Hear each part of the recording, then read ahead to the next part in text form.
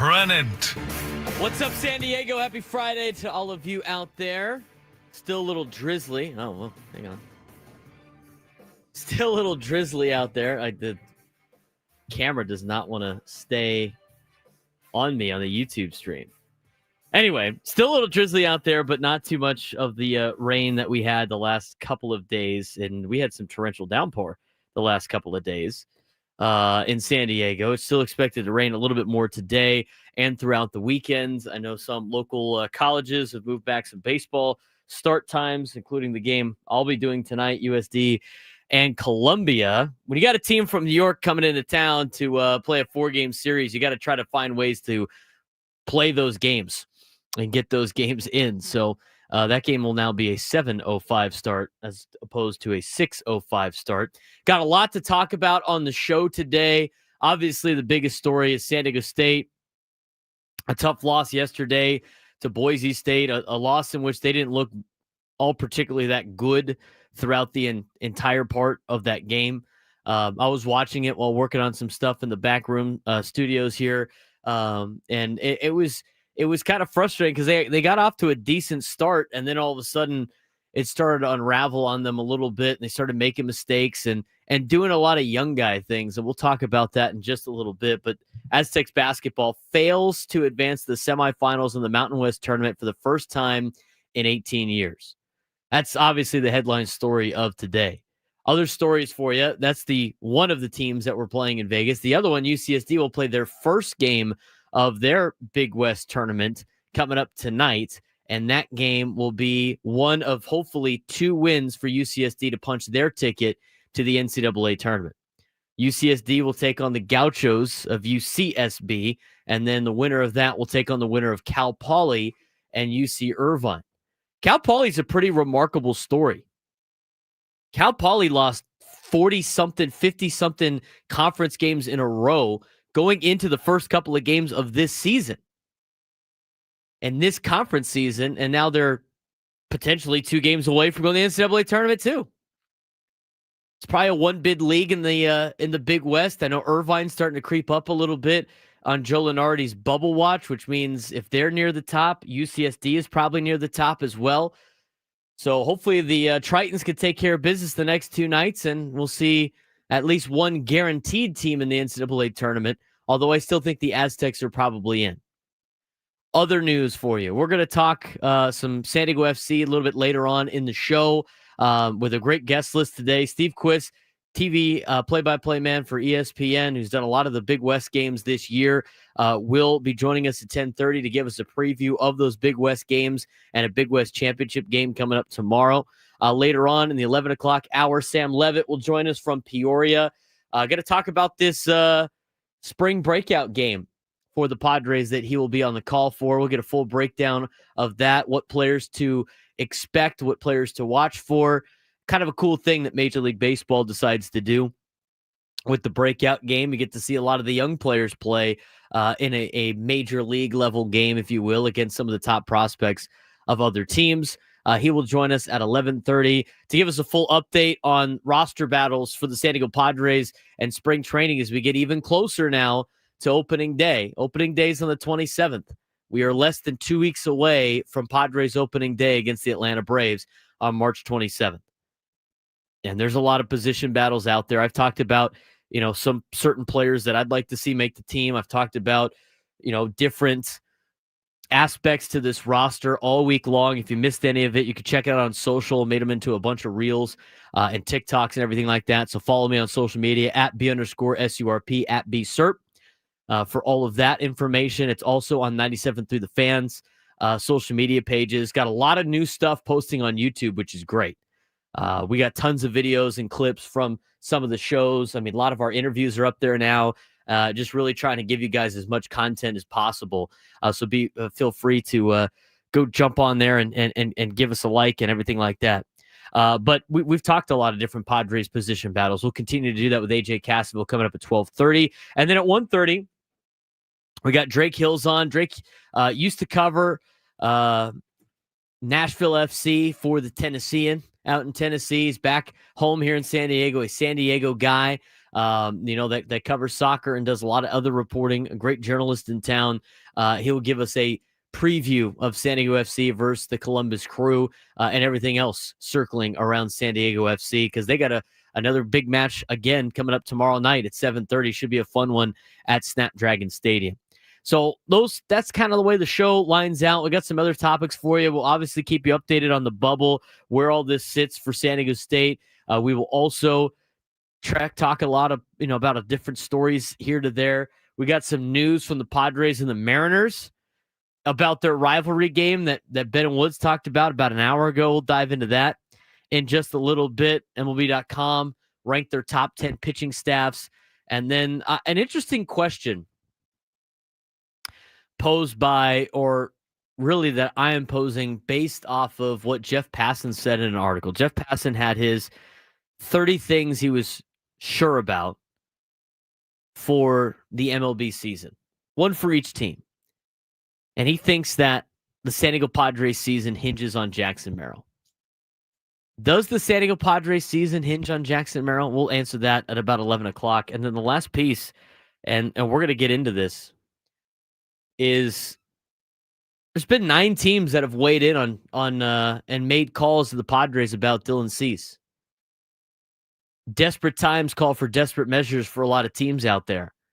And AJ Preller, we know, loves to fill calls for players. He's never afraid to make a deal if the deal is right. And that is one that is out there on the table right now for the San Diego Padres. We'll talk more about that in the 11 o'clock hour as well. But I want to talk about this Aztecs team. I mentioned before, they're a young team that does young guy things. And I think you saw that yesterday in the game against Boise State. It is the youngest team Brian Dutcher has run into the Mountain West tournament. One of the youngest teams that he has had at San Diego State. And they just have done this all season long, where they play young. When you're young, and I remember hearing this pearl of wisdom and hearing this speech from my high school football coach at Cathedral in Sean Doyle when I was a player. And I forgot what happened, but we did something stupid, or somebody on the team did something stupid, or it was something that happened elsewhere that he was giving us a warning about. And one of the things that he said during this speech, and there's a couple other ones that were great pieces of information, but the one that I want to focus on is, when you're young, you feel like you're indestructible. I thought you saw that on display yesterday with San Diego State. Just the way they take care of the ball, the decisions they make on shots, later in the game, thinking about trying to get a lob up instead of just getting, making the smart play and just getting a quick 2 or trying to run through the offense. That's just the way that San Diego State had played all season long. So for Boise State and San Diego State,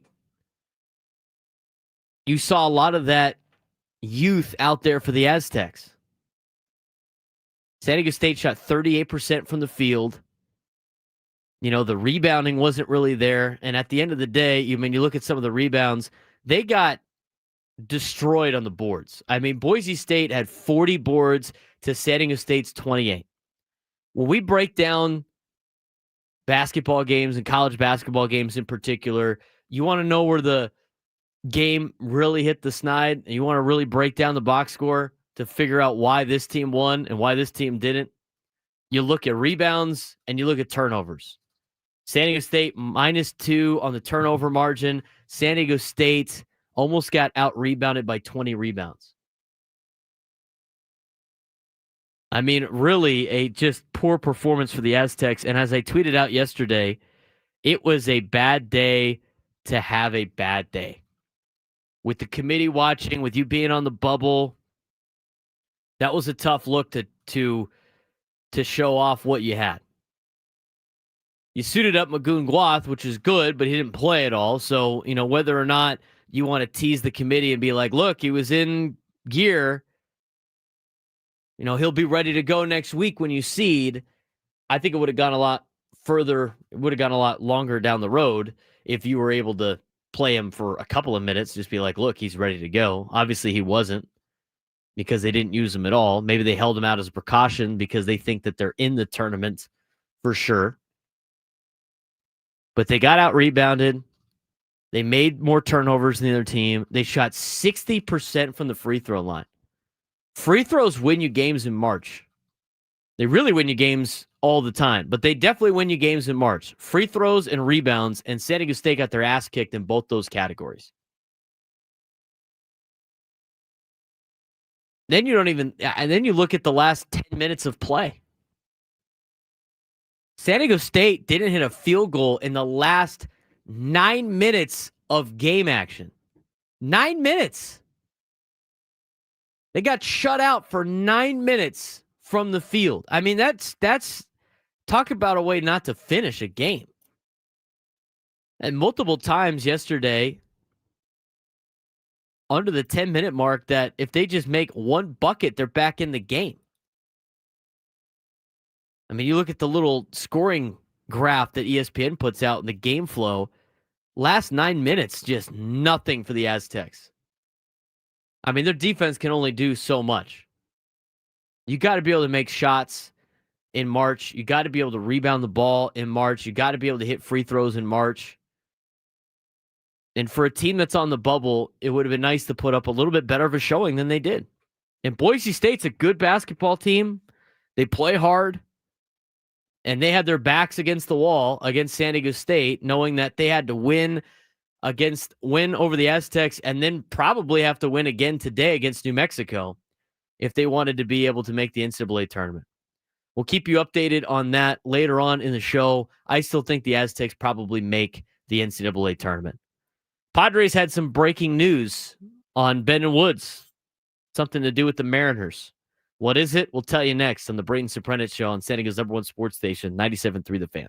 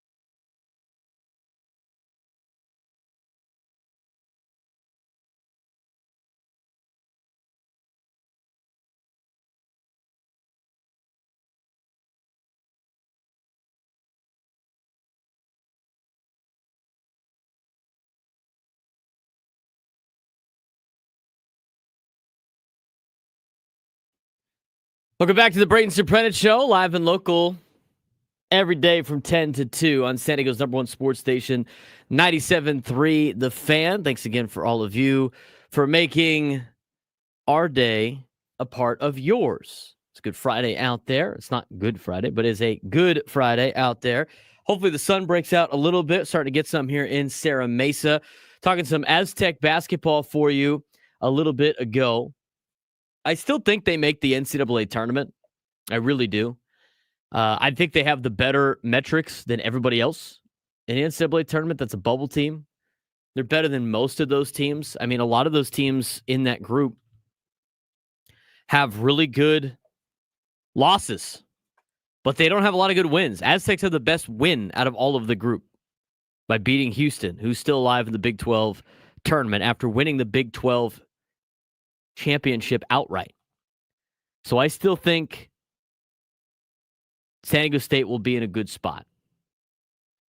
I wanted to talk about some of the news we got this morning. Very unexpected.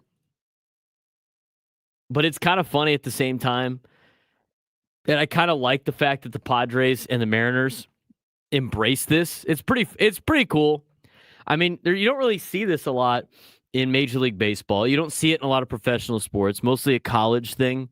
You know, sometimes I guess in European soccer, you'll see some of these things. But for San Diego and Seattle to embrace this made-up rivalry that Major League Baseball put upon them because they were the two teams that didn't really have a natural rival is kind of hilarious. When Major League Baseball wanted to do the interleague rival games, and for a long time it was pretty good, and it was better when they played each other at the same time. But you had, the LA Angels and the LA Dodgers.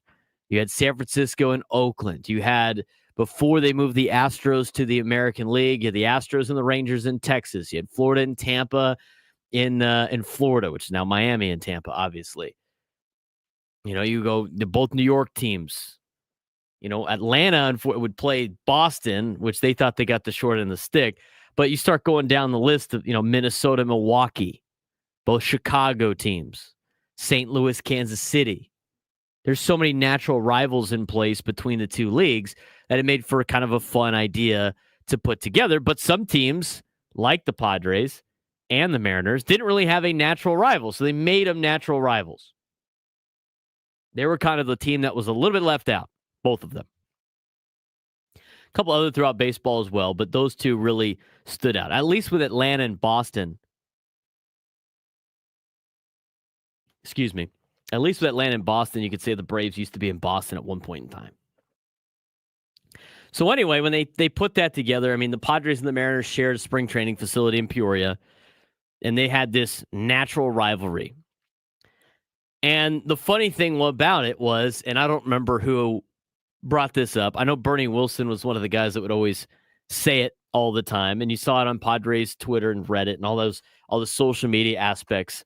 But whoever it was, and Ben and Woods couldn't remember who it was either, but eventually it started to come to a point of, how do we make this from a fan's perspective? How can we connect the two cities together to make this rivalry work, at least in our heads? And so naturally, it's Eddie Vedder. Eddie Vedder, who went to San Diego High School, grew up in San Diego, lead singer of Pearl Jam, made a lot of the music, up in the Seattle area. Obviously, he's a big Cubs fan, so that's, kind of throws water on this a little bit. But they'd call it the Vedder Cup. It would be to a point where we'd make fun of it on the show to an extent. I mean, it was fun because it was a fun little bit on the side. Every time the Padres and the Mariners got that first game to start spring training, it was usually an exhibition that didn't count, but it started the Vedder Cup. Well, now the Padres and the Mariners announced today, along with Rock and Roll Hall of Famer and multi-Grammy Award winner, rock legend, and one-time resident of both San Diego and Seattle, Eddie Vedder, that the two clubs will play annually for the Vedder Cup in their season rivalry series beginning in 2025. So this year will be the first official year of the Vedder Cup. Padres lost it last year, so this year will be the first year, now that it counts, got to go after and win it. Fans have playfully referred to the Padres Mariners series as the Vedder Cup for years, with 6 matchups between the two clubs in 2025. Seattle and San Diego will formalize the moniker, with the winner of the season series taking home the Vedder Cup trophy, featuring a guitar provided by Vedder. They even made a logo for it. They have the cityscape of Seattle with the Space Needle. They have a guitar in the middle, and then they have the Coronado Bridge. On the right-hand side says Vedder Cup, has the Seattle Mariners logo, Padres logo, and it's in the shape of a guitar pick. It's pretty cool. As part of the annual series, the Mariners and Padres will also partner to support EB Research Partnership, a charity co-founded by Eddie and Jill Vedder as a trailblazing nonprofit organization dedicated to funding research to discover treatments and cures for EB, which is epidermolysis bullosa, EB for short. Quote, we're proud to partner with the Mariners and Eddie Vedder to announce the creation of the Vedder Cup, special interleague rivalry series that celebrates the unique connection between our cities through the rock legend and Pearl Jam frontman, said Padres CEO Eric Grupner. The West Coast Showdown will create some cool, fun, and memorable moments for our fans while bringing meaningful awareness to EB research. We can't wait to see this rivalry series grow and look forward to battling the Mariners for the Vedder Cup. Here's kind of the highlights of the Vedder Cup. So they made a Vedder Cup trophy, which is the Vedder Cup trophy created with Vedder's input to include a guitar provided by the rock legend himself. Trophy will be unveiled later during the 2025 season, prior to the first matchup between the two clubs, which will be, if I look at the schedule behind me, it looks like it's going to be May, where the Mariners come to town the third weekend in May, which would be the 16th, 17th, and 18th of May, before the Padres will go back to Seattle. They usually go to Seattle in like September, but they go to Seattle in the end of August for 3 days in August. So they'll unveil the trophy then. Vedder Cup Series theme game at Petco Park. Oh, it's in the thing. They will host a Vedder Cup Series theme game on May 17th in Game 2 of the 3-game series against the Mariners, which you can go check out, Padres.com/Vedder. Mariners Vedder Cup ticket special for the games on the road, Mariners.com/Vedder Cup. You can get the merchandise, all that fun stuff. Here's how they will determine the series, obviously. As they play 6 games, there is a possibility that both teams go 3-3. In the result of a tie in the season series between the clubs, the following tiebreakers will be used: run differential and EV, short for exit velocity, but also Eddie Vedder. So how this will work: the team with a greater run differential in the season series will win the Vedder Cup if it's tied 3-3, or in some years, if they play 4 games, 2-2.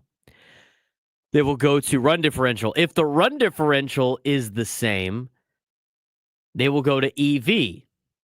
If the clubs share an even run differential in the season series, the team with the highest exit velocity recorded on a hit will win the Vedder Cup, and then hence get the Vedder Cup trophy. Eddie Vedder, the iconic frontman of Pearl Jam, unique connection to both Seattle and San Diego. Vedder moved to San Diego County in his youth, where he found solace in music and surfing. It was in San Diego that he began his musical journey, drawing inspiration from the local surf culture and vibrant music scene. In the early 1990s, Vedder relocated to Seattle, where he joined Pearl Jam and became a pivotal figure in the alternative rock movement. Seattle's rich musical heritage and Vedder's collaboration with local artists significantly influenced his career on the way to global success with Pearl Jam. His career has had an untold impact on a generation of musicians around the world. Vedder's connection to both cities is celebrated through the Vedder Cup, named in his honor to celebrate the place he holds as a beloved figure in both communities. The Vedder Cup, it's now official. Like to know what you guys have to think about that. Put some comments in the YouTube chat. Also, you can tweet at me at B_SURP. Follow us on social media. But when we come back, switching gears back to college basketball, San Diego State might be out of their conference tournament, but UCSD is play in their first game tonight. We will talk with Steve Quis to get a preview of the Big West semifinal games and final game potentially when we come back. This is the Braden Surprenant Show, live and local from 10 to 2 on San Diego's #1 sports station, 97.3 The Fan.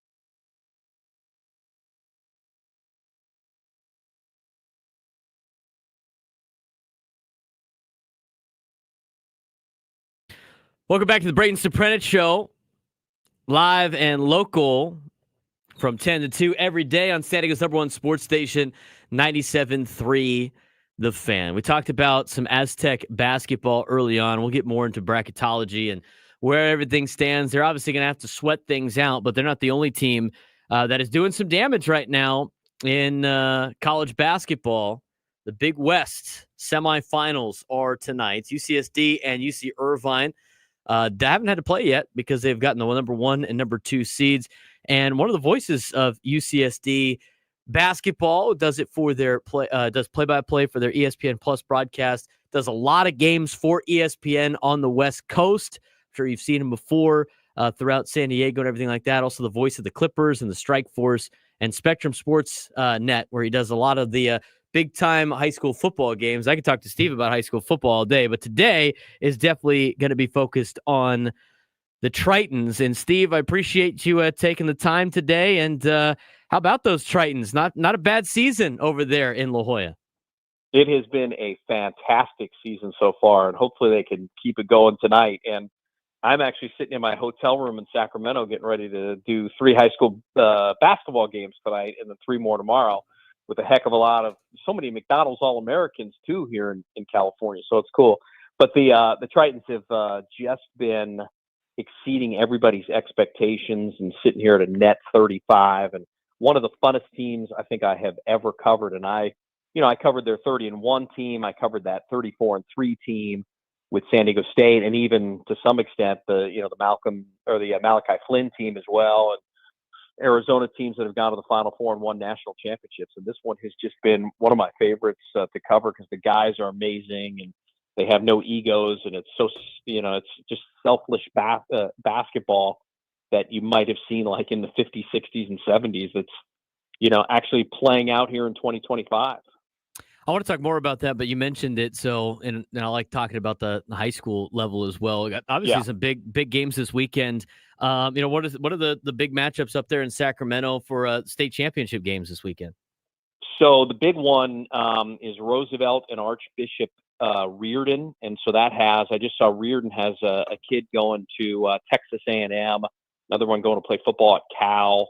And then Roosevelt has McDonald's All-American in Braden Burries, who has like Arizona, UCLA, I think Tennessee, USC, and Auburn or Alabama as his cut-down list.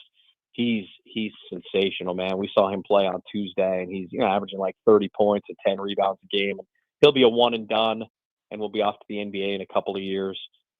So lots and lots of talent. And then on the women's side, like Archbishop Mitty and Etta Wanda have like 2 McDonald's All-American girls themselves. So the talent is off the charts. Steve Quis joining us on the Braden Surprenant Show, play-by-play voice for ESPN. He also does all of the UCSD home games for ESPN Plus, and of course a lot of the big high school championship games in the state of California for Spectrum Sportsnet. Give it a preview of the Big West, and this UCSD team and what Eric Olin has been able to accomplish has been really remarkable. You've been doing their games for the last couple of years now as they transition to D1. Yep. We had their athletic director on yesterday in Earl Edwards to talk about, the TV production and everything. And I would like to ask you about that in just a little bit, but you've watched this program grow through D1 and now eligible to be in the postseason. How has that run been for Eric Olin and their staff in terms of trying to recruit kids that wouldn't be eligible for the postseason, getting kids to stay, getting guys to buy in? And then, of course, as you mentioned, and I've seen it in person, that kind of tight-knit group that you don't see in college athletics so much anymore when everything's about NIL. Yeah, and they're a very smart group, too. I mean, we started the season 2-2. I say we being the Tritons, started the season 2-2, had a really bad matchup against Seattle, like lost our 5th game in a row to Seattle. And then that's kind of when Eric Olin took a step back and he's like, you know what, these guys are pretty good. I'm looking at the analytical numbers. I'm just going to let them, do their thing the rest of the way. And they're a smart group that moves the basketball. These guys love analytics. And, we were talking about this on the ESPN2 broadcast on Saturday, but Eric always pushes, elite levels like 1.2 points per possession. And they're getting that in conference play. And then you're holding their opponents to less than 1 point per possession. So it's like 9 or something. So when you do that and take good shots like they do and shoot the ball well, you're going to win a lot of games. And so that's kind of what they've been doing. Their defense is great. I mean, the team has over like 320 steals with one guy alone in Hayden Gray, who has, when you look at it, everybody's always like assist to turnover ratio, right? You look at him, he leads the nation in steals, right? He's got 100 and I think 4 steals coming in. He's only got 42 turnovers. So as Eric was explaining to me, that's plus 60, right? And if you do that over 30 games, that he earns you 2 extra possessions a game. And when you're defending the way you are and scoring 1.2 points per possession, you're going to win a lot of games. And that's exactly what has happened. They've done it with 6 Division II transfers. Again, the guys they crunch the numbers on, and every year, because you do USD, when you're talking to Latham or the other coaches, and you're asking about guys, right? And they're always going to pump them up. And sometimes with Eric, I'm like, oh yeah, right. Tyler McGuy is going to be a great scorer. And then every single time, I think that Eric is sandbagging me. What he has said has come, true. And he's always been like, look, they lost a 4-star point guard and freshman to Boise State a couple of years, Roddy Anderson, but 120, assists, and they go, hey, Hayden Gray's going to be better. You watch. There's a Pacific transfer. Are you kidding me? And he has been over 2 years. So it's a lot of those stories that have just been fantastic, and I hope it continues into the NCAA tournament. If not, it would be a shame. I know you covered you did the game on ESPN, one of the ESPNs, where they went up to the Brent Event Center and beat up on Irvine. Shot the lights out from 3. I actually attended that game as well, but that was kind of one of those games that it felt like to me where even though they beat Irvine before in the past at home, that really for them put them in this position of confidence of we can go win this league, because after they beat Irvine, nobody really even came close in competition against them.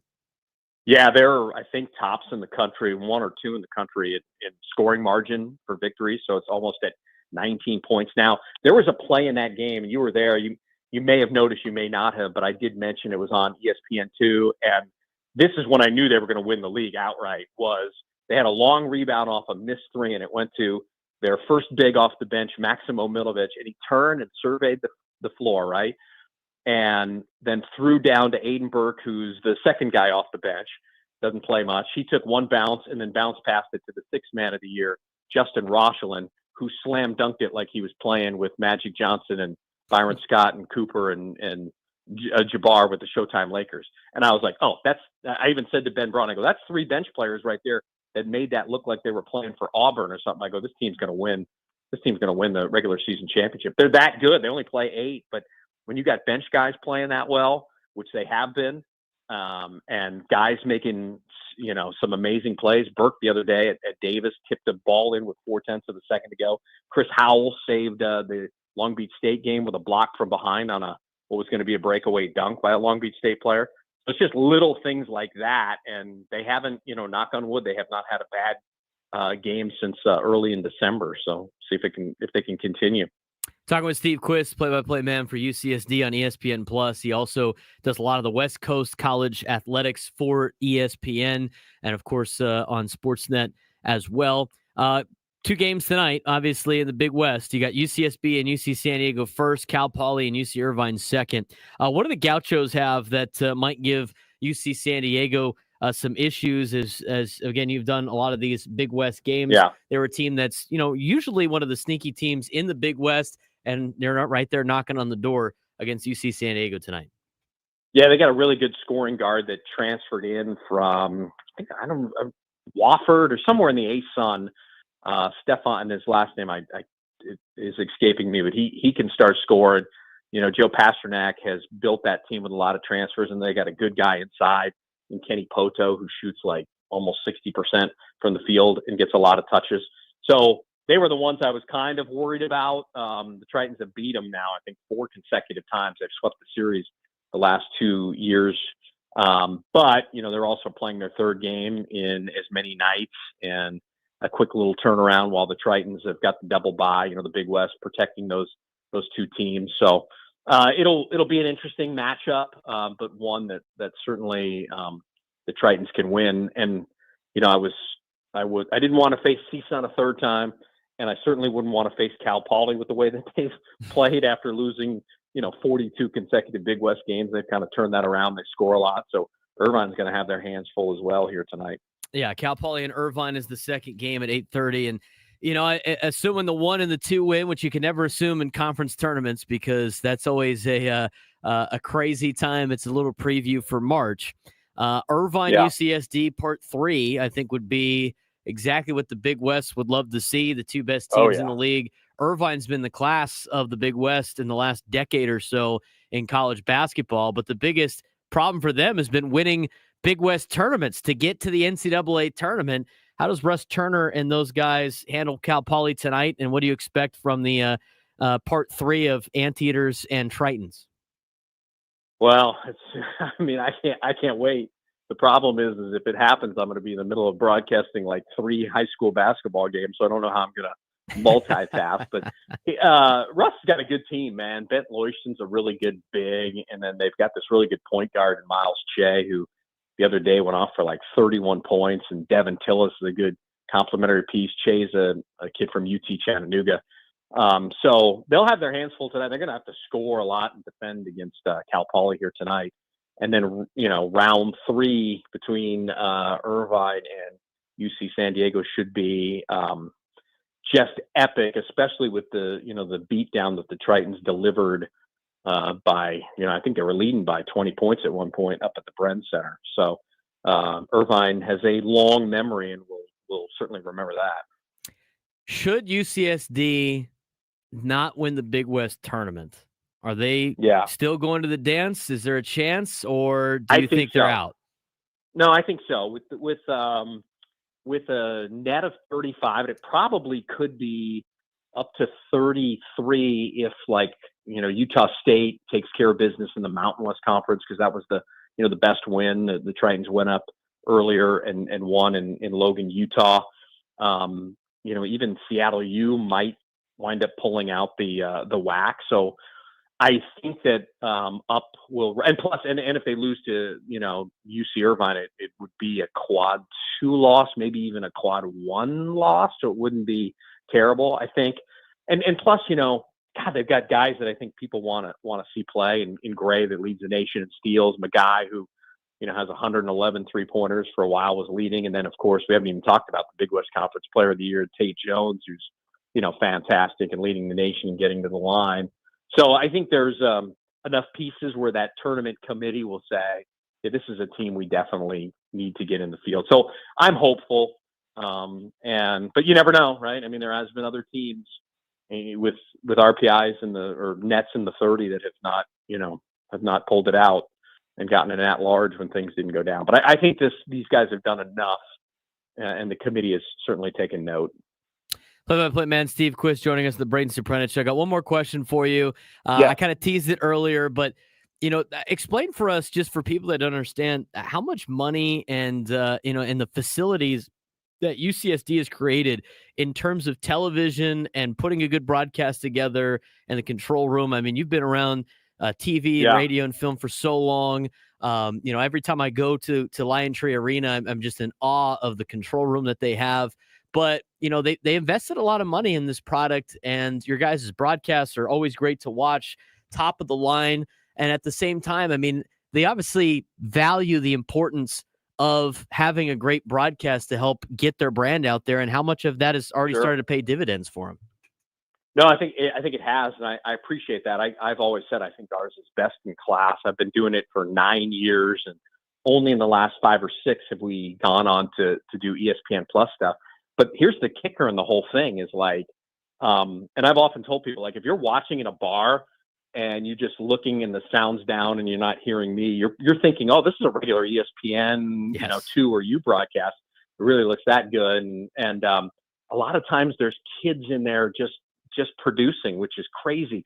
We had a guy who built the program, Stephen Calista, who built all the 2 studios and all that. And then he got picked up by UCLA, who had to do the same thing when they went to the Big Ten. So we lost him, and we thought, uh-oh, here we go. And the other day I walked in, and it was all students. There was like 12 students in there directing, and I was like, you guys did an amazing job.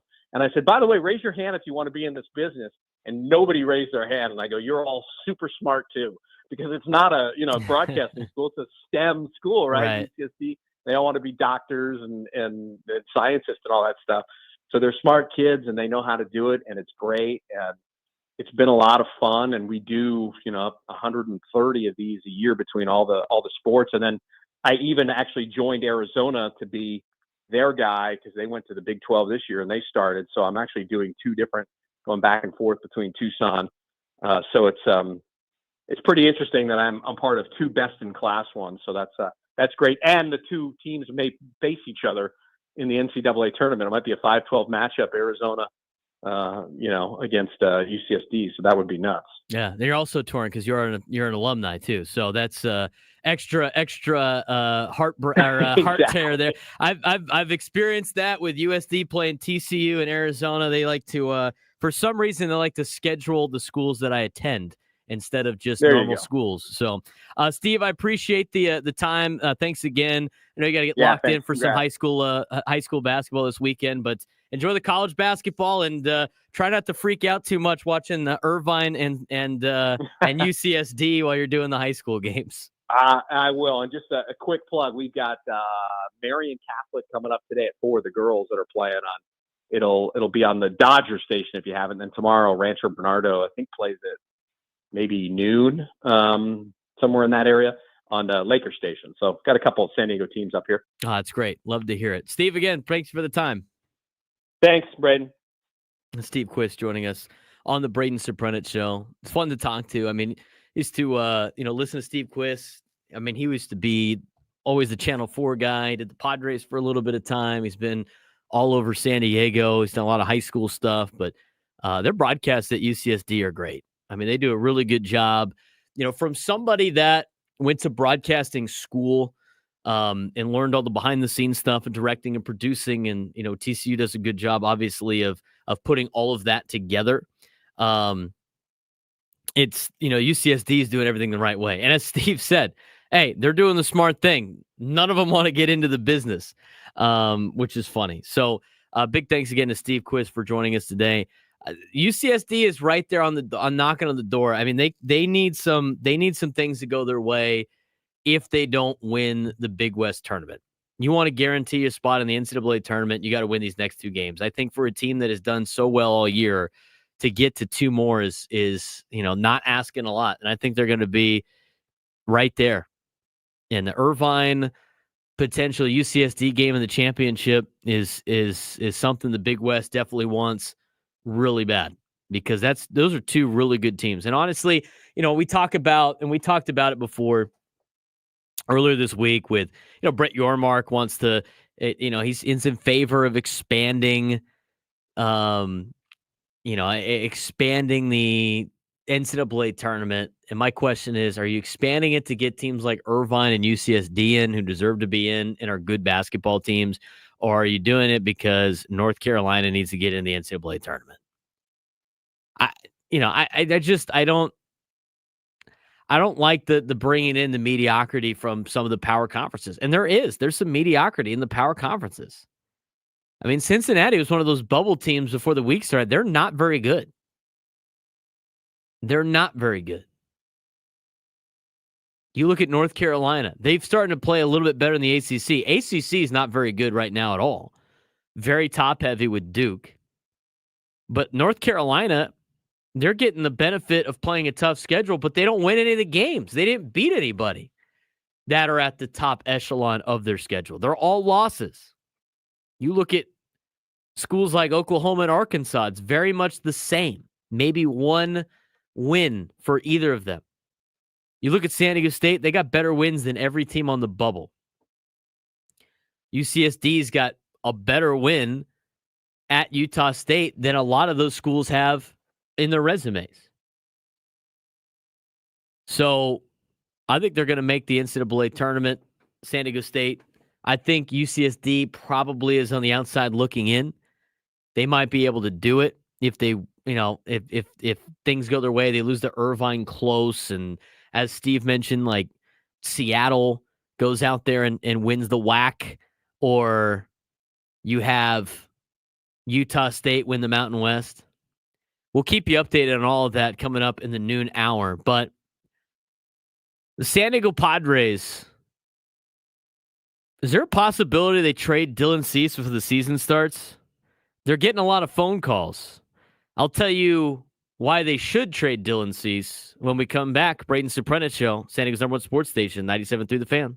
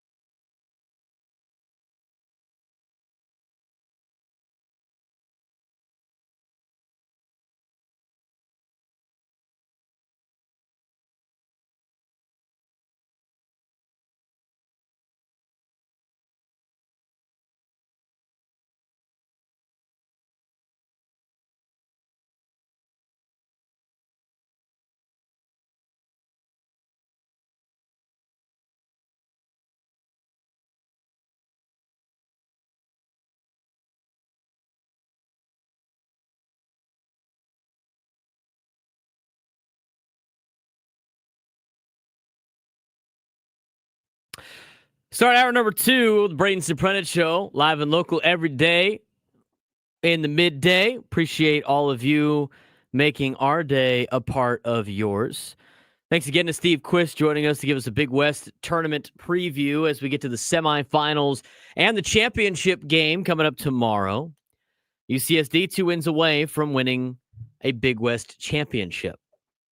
They will take on UC Santa Barbara tonight at 6:30, and then the winner of that game will take on the winner of UC Irvine and Cal Poly.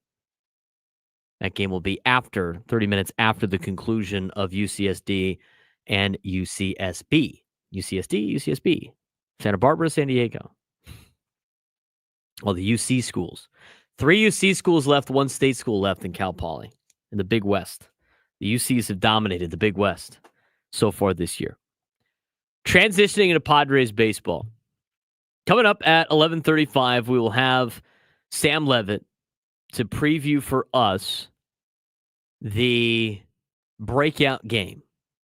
And the breakout game is with some of the top prospects for the San Diego Padres in a game, in a spring training game, kind of major league level.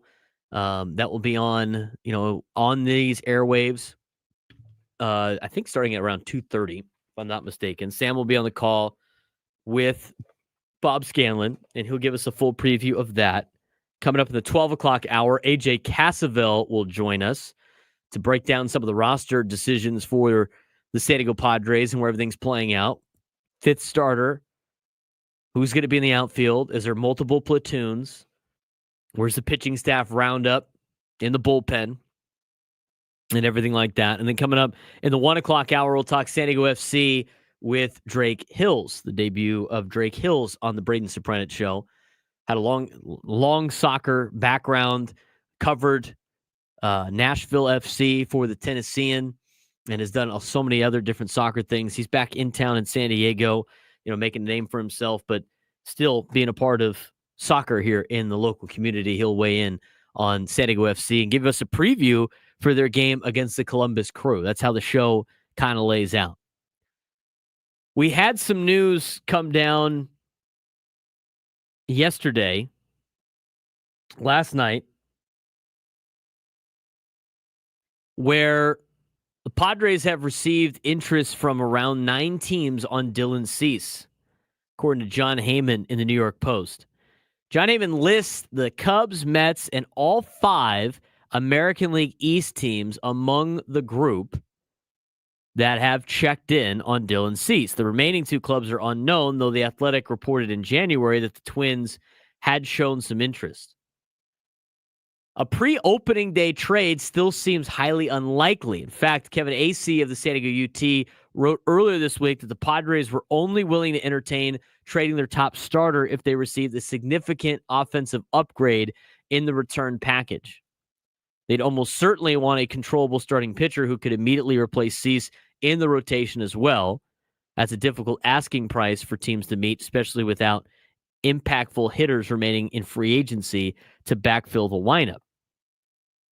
Cease was traded midway through the last year's spring training, although that's a different situation as the White Sox were trying to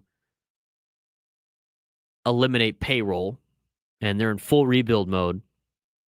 Padres do expect to compete for a playoff spot despite budget limitations that kept them from doing much of significance until they added Nick Pivetta on a backloaded 4-year deal. Cease worked 189 1/3 innings of 3.47 ERA ball during his first season in San Diego. He struck out 29% of opponents, fanned 224 hitters overall, 4th consecutive season above the 200 mark. Padres and Cease agreed to a $13.75 million salary in his final arbitration season. Orioles and Cubs are monitoring the starting pitching market just because they have injuries. Baltimore will begin the season without Grayson Rodriguez. Chicago's rotation hasn't taken any huge hits yet, but they'll be without Javier Assad for a few weeks. They're reportedly in talks with free agent Lance Lynn, who would be much less costly but far lower upside addition to the back of the rotation. Mets, Frankie Montas, Sean Manaea, and Yankees, Garrett Cole and Luis Gil have each lost multiple starters to injuries this spring.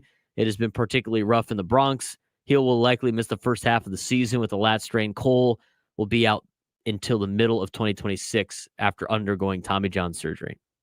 So that's how everything lays out for a potential Dylan Cease trade. Now, you look at it on the surface, all those teams are competing. Padres are a team that is competing in 2025. But I don't know if the Padres would trade Cease, but I tell you right now, the way that all of these teams are desperate to potentially part ways with Cease, that might lead to the Padres making one of their best trades in franchise history. Because you have organizations that are desperate, especially in baseball, where you can't get enough starting pitching, to try to slap a Band-Aid on some of these major leakages in the rotation. And not a lot of teams have the support where they could do it from their organization. Yankees said that they're going to try to replace Cole this year in the rotation somewhere internally. That's not going to end well for the New York Yankees. So with this desperation comes a great opportunity for the Padres to potentially add. Now, here's the deal.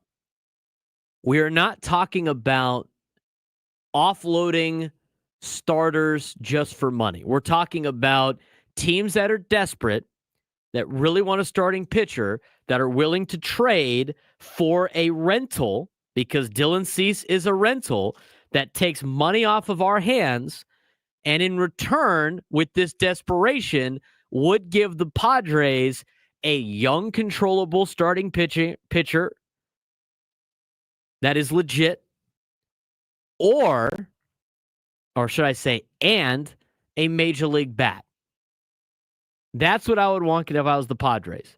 They could potentially get that because of the desperation from other teams.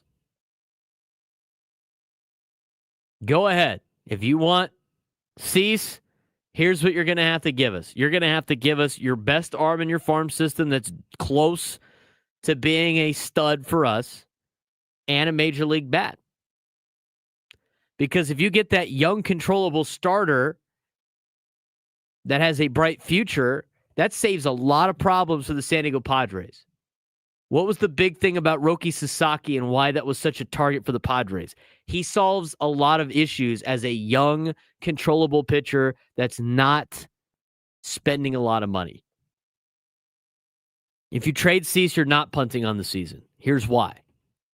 Because you still have starting pitching that could get you to where you want to be. Again, you're adding a top echelon bat. Until you start throwing names out there, it's going to be hard to sell for people. But just the idea of not trading Cease to not trade Cease, I'm not saying that. I'm also not saying don't trade, or I'm also not saying you have to trade Cease because you just have to get rid of the payroll because he's a free agent at the end of the year. What I'm saying is, and we've seen this with AJ Preller, if some team gets desperate and gives you a haul for Dylan Cease, you absolutely have to take it. You do. You have to take it. You could still trade Dylan Cease and be a playoff team in 2025. It's not crazy. And here's what's dumb. Here's what's dumb about me saying this. Somebody driving around listening to be like, Braden said trade Dylan Cease away. I'm not saying that. What I'm saying is these teams that are desperate are going to potentially give you way more than you should receive for a player like Dylan Cease. And I'm not talking about all prospects. Hey, you better throw in a major league bat right now that can help us. And you better give us your best pitcher in your farm system. That's how I see this playing out, a potential trade. I don't think it really happens, but if you get a deal like that, you have to take it. You can't be like, well, it's Dylan Cease. No, forget that. Trade his ass away. You don't need him if that's the case. If they're willing to give you a top starter, future starter, send him away. Atlanta did something similar to this. They got Strider back. A young pitcher. Get a young stud pitcher. That is what you have to do. Let me get the exact trade. It actually involved Jason Hayward from now current San Diego Padre. But it has to be a haul for you to make it make sense. I'm not saying, again, you must trade Dylan Cease to get rid of the payroll. Forget that. You're going to use him now because your starting rotation is pretty solid right now. But what I am saying is if the deal comes with some top players that can help you in the near future, you got to take it. Shelby Miller. They got Shelby Miller back. Sometimes you have to do that if you're the San Diego Padres, especially where they're at financially. I'm not saying you trade him for prospects. I'm not saying that you trade him just to get rid of the payroll. What I'm saying is if one of those teams contending is so desperate, they want to give you a haul, you have to take it. And I think there's a lot of opportunities for the Padres to do that. Cut money, get a young controllable starter, and be able to go on their way. It's a high asking price. And that is, to an extent, kind of saying, kick rocks, we're not interested. I said the same thing about other players. Sometimes teams ask for high-end guys, and I go, well, give me X, Y, Z, and it's the top 3 players on the team. Well, they're not going to do that. Yeah, translation, buddy, he's not for sale. Ask for the world. If somebody's willing to give it to you, take it. Tell me what you think. 833-288-0973, 833-288-0973. When we come back, does the season for the Padres hinge on Jackson Merrill? We'll discuss on the Braden Surprenant Show, San Diego's #1 sports station, 97.3, The Fan.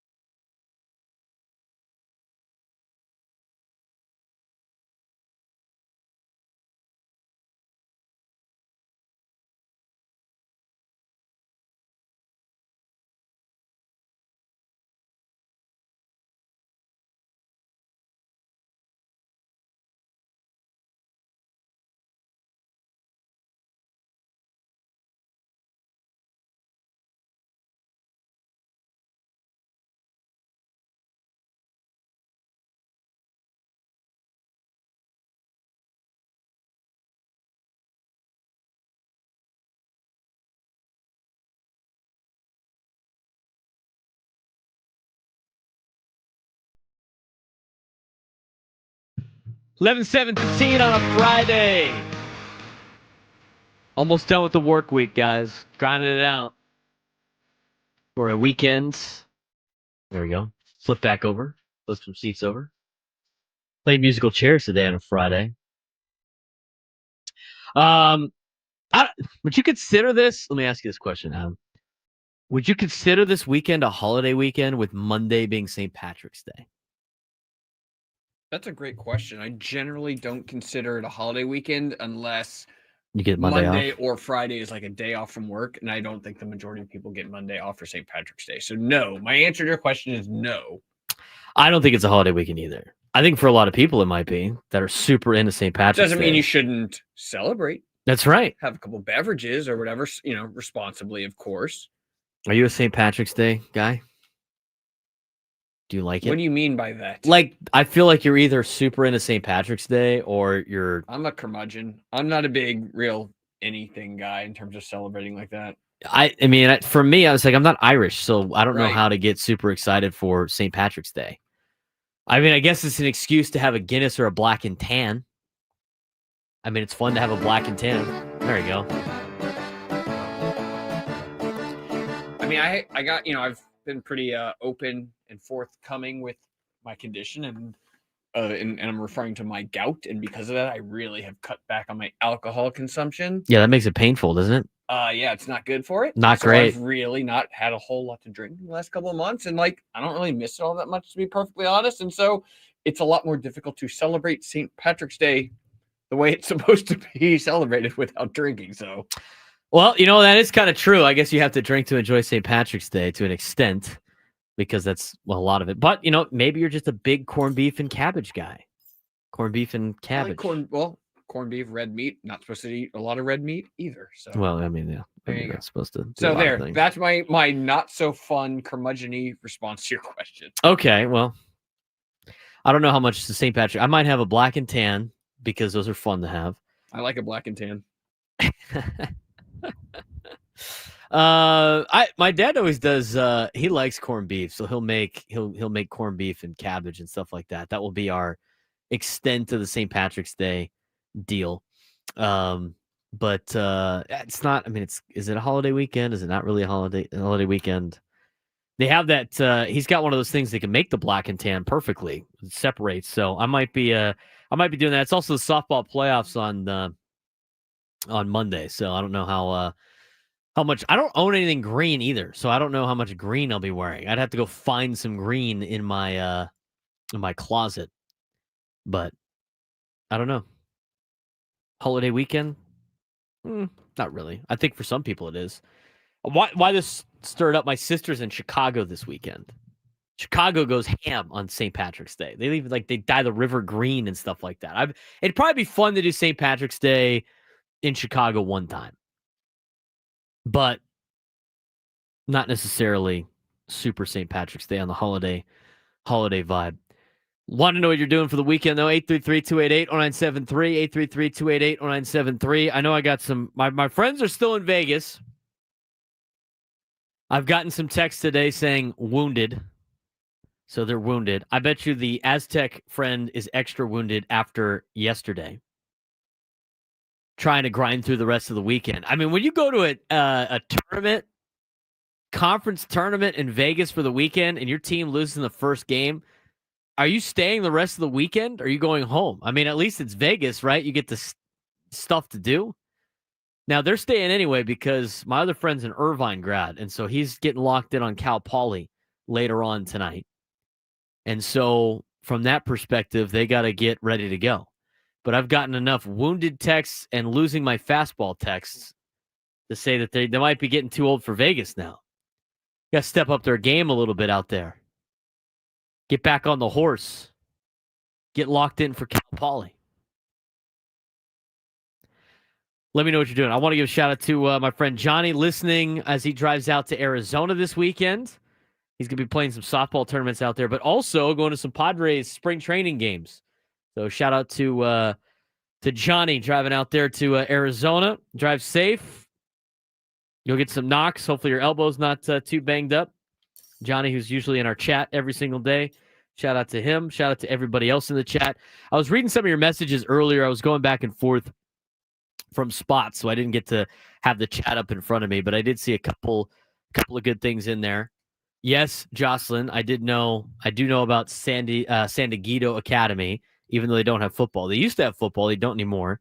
That is one of the lone high schools in town I haven't coached or played at just because they don't have a football team. I've been to almost every other high school in San Diego, but not San Diego because they don't have a football team. But that was sparked because of the fact that Eddie Vedder has jumped in with the Vedder Cup that the Padres and the Mariners have now announced.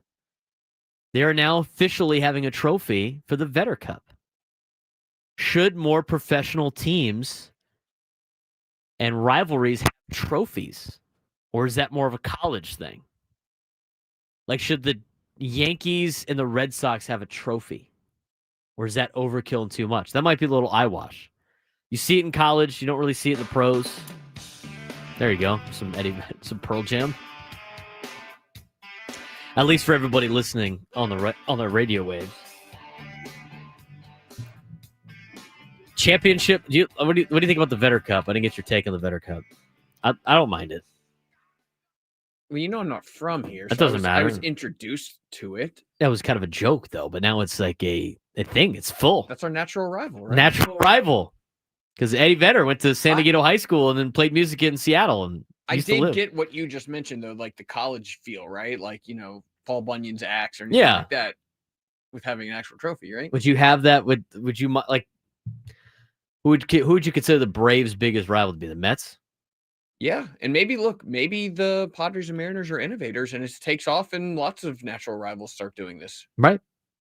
I don't mind. I mean, if they had, the team up north would have it with the Angels, the Giants, right? Or the Giants. We're not the rivals. Is the Angels the rival?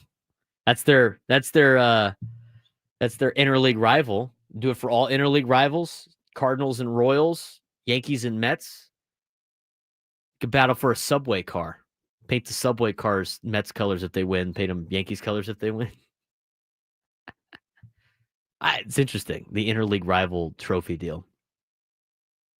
I do want to mention, I want to talk about it real quick. We're going to have Sam Levitt on here in just a little bit, but he is getting ready to call the Padres spring breakout game, which we are airing here on 97.3 The Fan, if I'm not mistaken. Yes. And that time, what time does that game start? 2:30. Okay, that's what I thought. I put that out originally.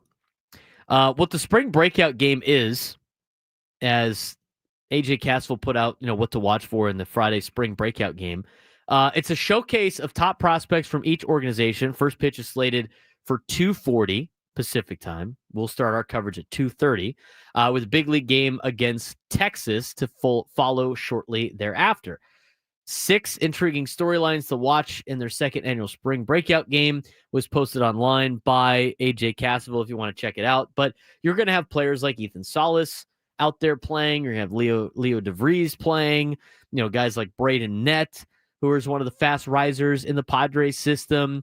Guys like Bateman, who was selected 52 overall last summer. Guys like Bradley Rodriguez. So it's a great opportunity for some of these kids to get playing time in a game, in a spring training game as a prequel to the big league game coming up after.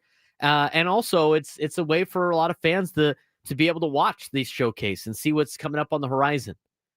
Padres did something like this a handful of years ago when AJ Preller and company first took over. They played the Rangers at Petco Park for a couple of games to show off all the best prospects in both teams. Guys like Fernando Tatis Jr. played in that game. You start looking back, there was a lot of great young Padres and future Padres playing in those games. So it should be a fun deal later on this afternoon. Sam Levitt on the call with Bob Scanlon. And just, everything you need to know about these spring breakout games. It's the second year of doing it. Last year had a little bit of a rain out, but they ended up rescheduling the game.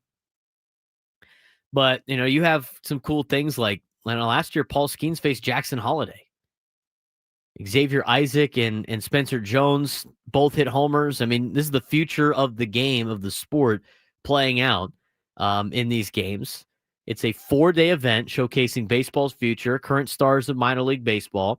Second edition is held from, started yesterday. It rolls through Sunday in the Grapefruit and Cactus League stadiums during spring training. 16 exhibition games will be played between teams comprised of each MLB's organization's top prospects, creating a new touch point on the baseball calendar that celebrates the sport's budding talent. 9 of the 16 games will be held as doubleheaders, occurring after a major league spring training game that day. All 16 will be broadcast on MLB.tv and MLB.com and the MLB app, while select games will be available on MLB Network or regional sports networks. And, of course, our game will be broadcasted on 97.3 The Fan. There'll be A's and Padres at 2:30 on 97.3 The Fan. Other games today: spring breakout, Cardinals and Marlins, Pirates and Phillies, Nats and Astros, Mariners and Guardians, Royals and Diamondbacks. There'll be more continuing over the weekend, and it'll be fun. And we'll get a full preview of that in just a little bit, as Sam Levitt will come on to tell us the inside storylines of the spring breakout game when we come back on the Braden Surprenant Show on San Diego's #1 sports station, 97.3 The Fan.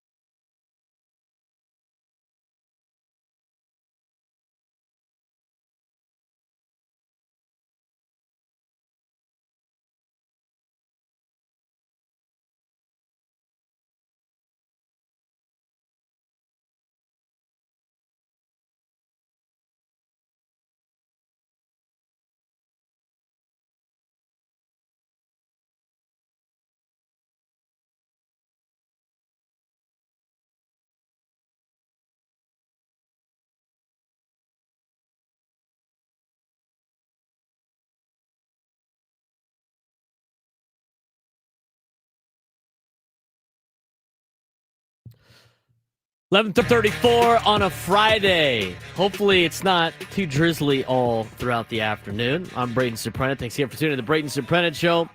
New midday show from 10 to 2 right here on San Diego's #1 sports station, 97.3 The Fan. I want to mention that baseball coverage on 97.3 The Fan is presented by T-Mobile. Head to T-Mobile.com and get a great deal on an iPhone 16 Pro. We are continuing our baseball coverage with our own Sam Levitt as he gets ready to call a ball game coming up at 2:30. That would be the spring breakout game. Padres and A's, a couple of their top prospects on both teams going at it on a baseball game before leading into Padres and Rangers coming up in the nightcap. We'll have the game at 2:30 for you right here on San Diego's #1 sports station, 97.3 The Fan, with Sam Levitt and Bob Scanlon on the call. Sam, they're getting locked in. Just got to the complex. How we doing tonight? No, yeah, just got to the complex. I think it's a little bit warmer than what I anticipated. Not too cold, but certainly not the warmest, nicest day we've had in Peoria. But we do have two games on tap at Peoria Sports Complex. First, the spring breakout game at 2:40, and then Cactus League action, Padres and Rangers at 6:40 with Nick Pavetta on the mound. So a busy day of baseball on the way, which is always good. I try to, I explained a little bit in the last segment what the spring breakout games are, but for, a lot of people just tuning in or people that haven't really been paying too much attention to it and are interested in what this potentially is. Can you explain for us what the spring breakout games are and what a cool experience it is for showcasing the younger talent? Yeah, I would describe it with the word you used. It's a showcase of some of the best young talent, the best young prospects we have across Major League Baseball. Every organization is involved.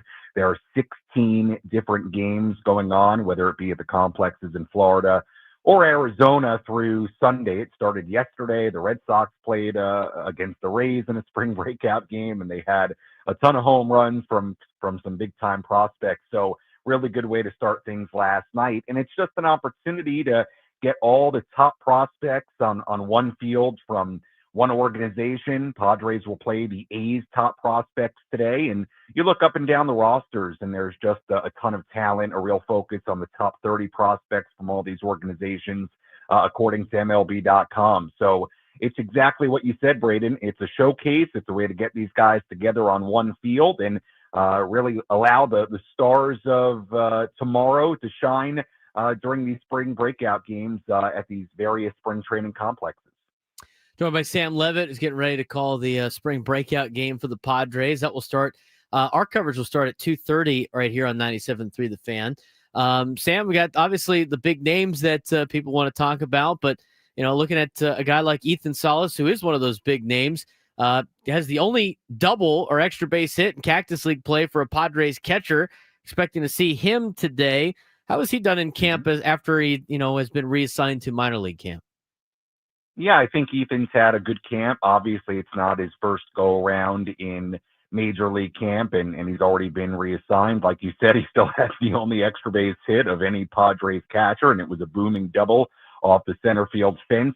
I think the thing with Salas is, it might be easy to look at his offensive numbers last year at High A Fort Wayne and start to get a little bit concerned. He hit only 206 in 101 games, but I'm going to tell you right now, I don't think you should be concerned at all if you're a Padres fan. You have to keep in mind, he began last season as the youngest player in minor league baseball at just 17 years old. And I think that is incredibly important context for what his season was last year. Showed really good things here at spring training. Defensively, people just absolutely rave about him and what he continues to do, what he continues to develop. And he's talked about the adversity he dealt with last year and the way he learned from it. I mean, it was the first time in his career, really anywhere, where he dealt with adversity, and he knows it's going to benefit him in the long run. So I'm really looking forward to seeing what the 18-year-old can do. He's going to turn 19 on June 1st, but seeing what he can do in this next minor league season, because he's a smart player, he's a great defender, and I think he's going to start to really hit. So the best is yet to come in the minors for Ethan Salas, but look, still a top 35 prospects in the game right now, and I think a lot to be excited about. The other big top prospect for the Padres is their middle infielder and shortstop, and Leo DeVries, obviously making a lot of headway out there in Peoria. Got to see him a little bit in big league camp, just like Salas. They brought him back down to minor league camp to get comfortable, but he's a guy that has already put together a lot of experience in his very young age as well. And the Padres, in a recent article by Dennis Lin that just came out, so obviously I don't know if you've had time to read it or not, but alluding to, moving very aggressively with DeVries is still part of their plans, and kind of comparing it to the Jerickson Profar trajectory.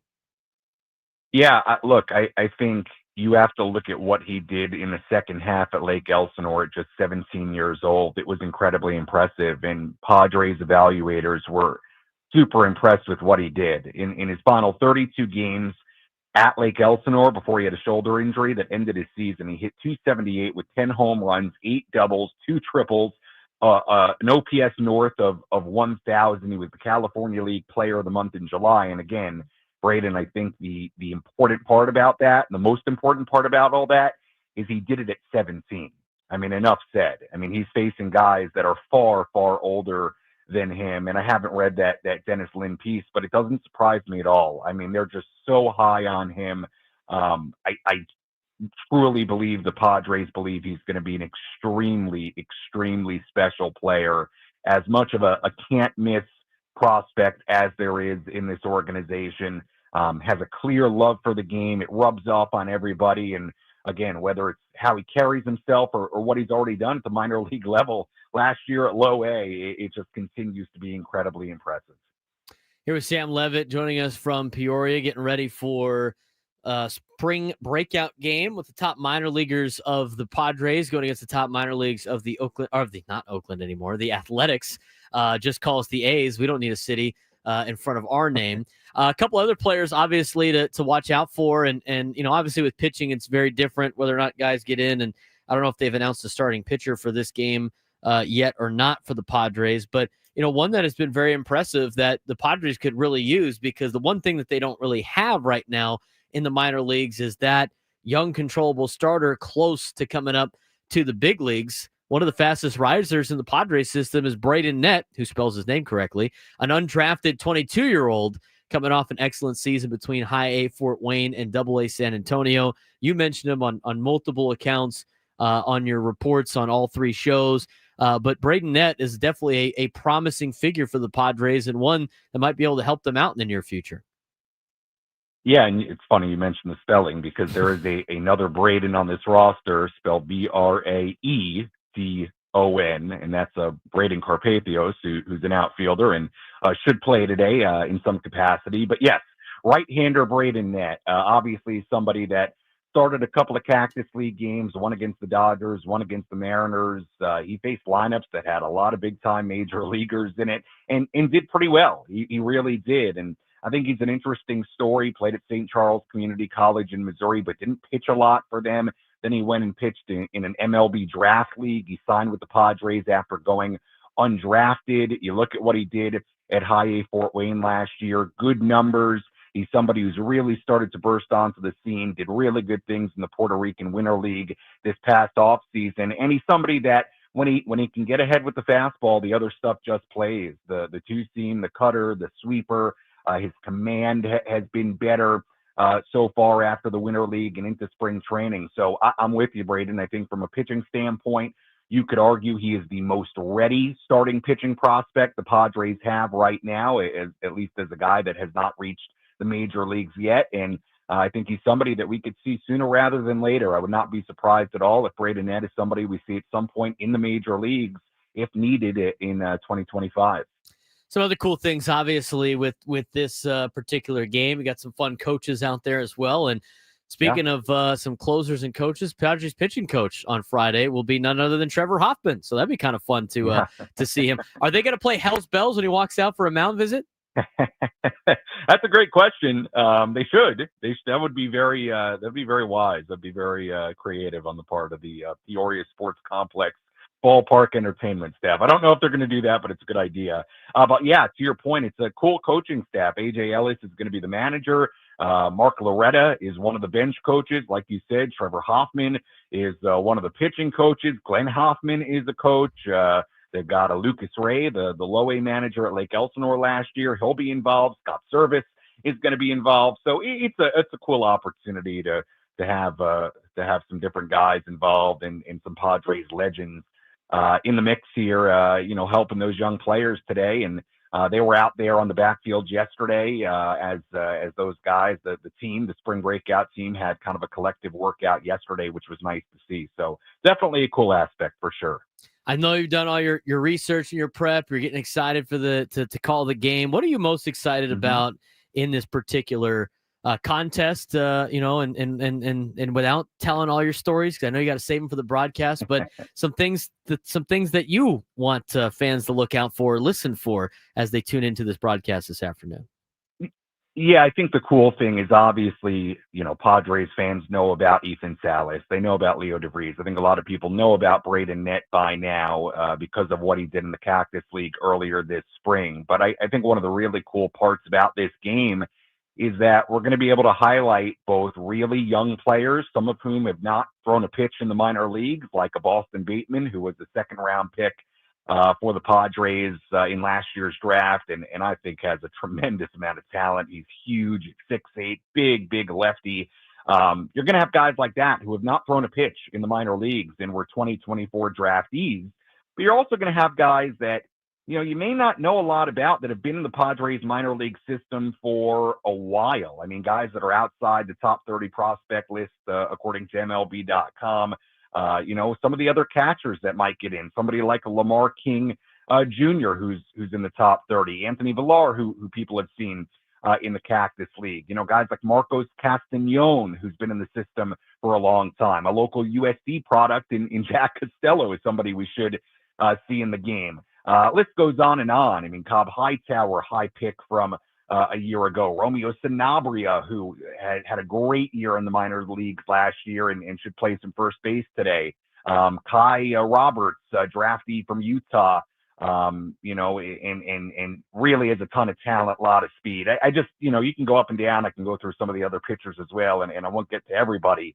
But the point is that, there are the big prospects that I think get a ton of attention that were in Major League camp that everybody knows, but there's a lot of talent and some great stories and guys who are really deserving of this opportunity throughout the system, whether they're really young or they've been around for a while, that we're going to get to talk about today and watch play. So I think that's, to me, Braden, one of the cooler aspects of this game, and is kind of introducing people to some different prospects and, seeing these guys play in the field together. Remember, these guys are typically at different levels. So, we're gonna see kind of, a guy like Ethan Salas play with maybe some older guys in the minor leagues that have been around a little bit longer. So, that should be pretty cool to see all that. Yeah, looking forward to the broadcast today, Sam. If you run into Jack Costello, you got to tell him I said what's up. And love Jack, and hopefully he's doing really well. He said he was going to get in some of these games, so hopefully he gets into the game today. But definitely, if you bump into Jack, say hi and have a good call today. Yeah, I will, and I should also mention, obviously, look, we'll be pretty heavily Padres focused, but the A's obviously are sending their best prospects as well, and I'll tell you, there are some pretty highly touted outfielders in the mix for the A's, and should be interesting to see those guys as well. So we'll give you a little bit on everybody, and I'm looking forward to it. Should be a lot of fun calling the game with Scam. Yeah, nice little fun matchup. I mean, even last year, Sam, you had Paul Skeens go against Jackson Holliday, so you don't know what major matchup might happen in the game this afternoon. Yeah, it's definitely a really, really cool part of it. That's kind of the point, to create those matchups and create a little buzz and excitement. And, Braden, I think Major League Baseball has done a good job of this. I think for a long time, there was never the prospect attention has grown so much over the last decade or two, and rightfully so, because these guys are so exciting. And, I think for a long time, Major League Baseball fans didn't necessarily know what was going on in the minor league system, because those guys are far away, right? They're getting drafted at 18, 19 years old, or, early 20s after college, or, sometimes in the Padres case, they could be 16, 17 making their minor league debut. And it's a cool way to showcase these guys. And I think we've all done a better job at providing attention to the minor leaguers up and down systems. Sam, I appreciate it as always. I know you've been working hard, jumping on everybody's show. We obviously thank you a lot, and have fun calling the game today. Get locked in. Gotta get you to get locked in already.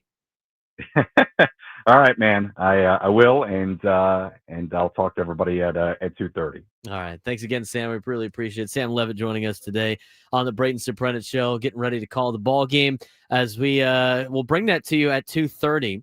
I'll be off at 2. Gwen and Chris will be on for a brief amount of time, and then it will be Sam with Bob Scanlon doing the game, and then back to Gwen and Chris to finish up the nightcap of the Friday show, to finish up the week here on 97.3 The Fan.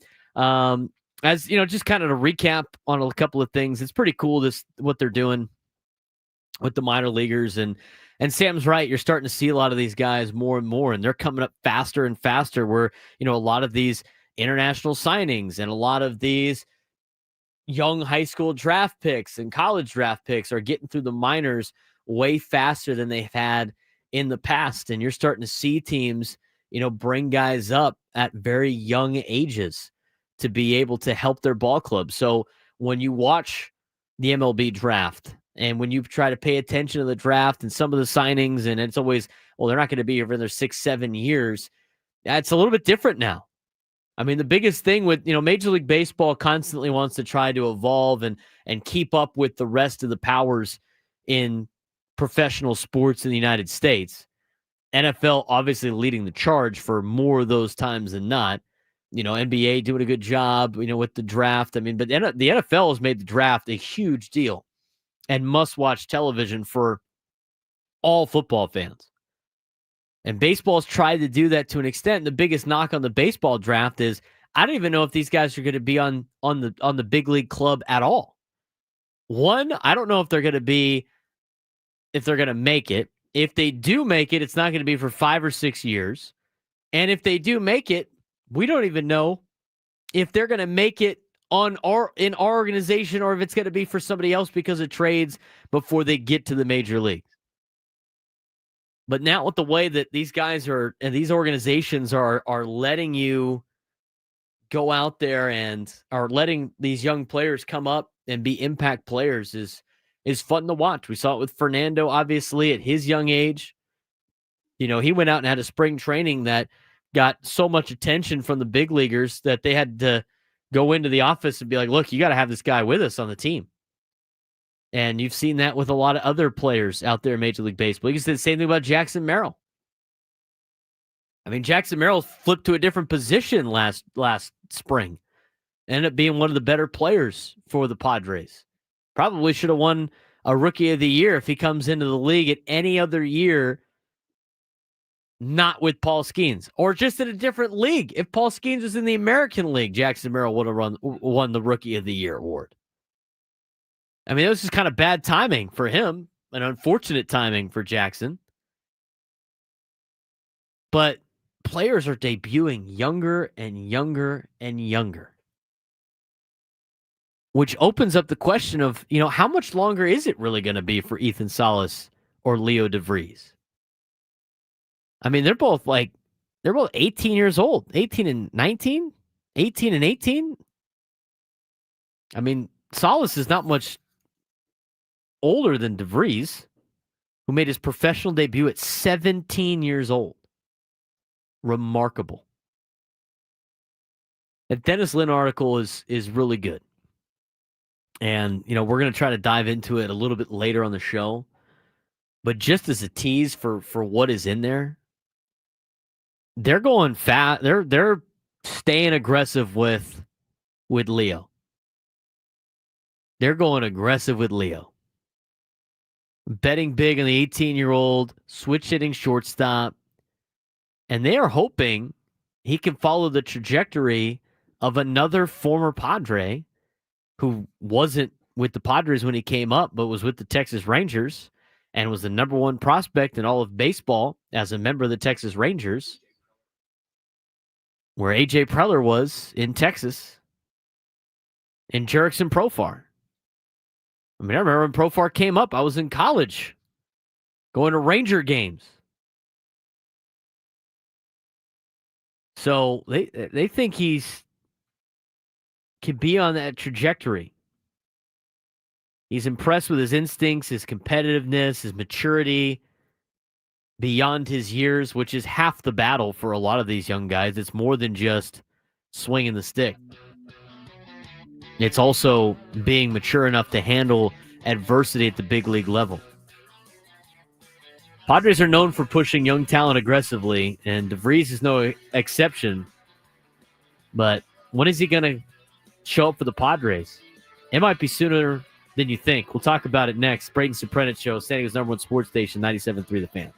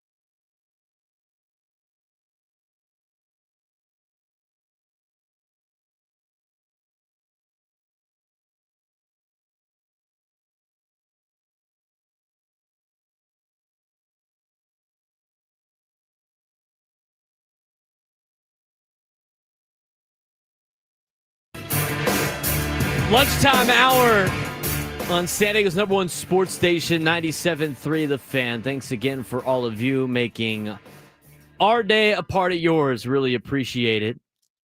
I see a lot of people on social media driving out to spring training. If you're driving out, listening to us, give us a call, 833-288-0973, 833-288-0973. Charisma, who's usually in the chat, her and her husband have stopped off at Cafe Adesso about an hour ago, I saw. Got to make that Cafe Adesso trip. I know my friend Johnny is driving out to Arizona this weekend, too. It's a good weekend to go out to Arizona since it's a holiday weekend. Anybody taking St. Patrick's Day off? But we should be able to get some good baseball in this weekend in Arizona. I think there's a couple softball tournaments going on as well for those to knock out two birds with one stone. But appreciate all of you out there and tuning in. Charisma's in the chat. Hello, Charisma.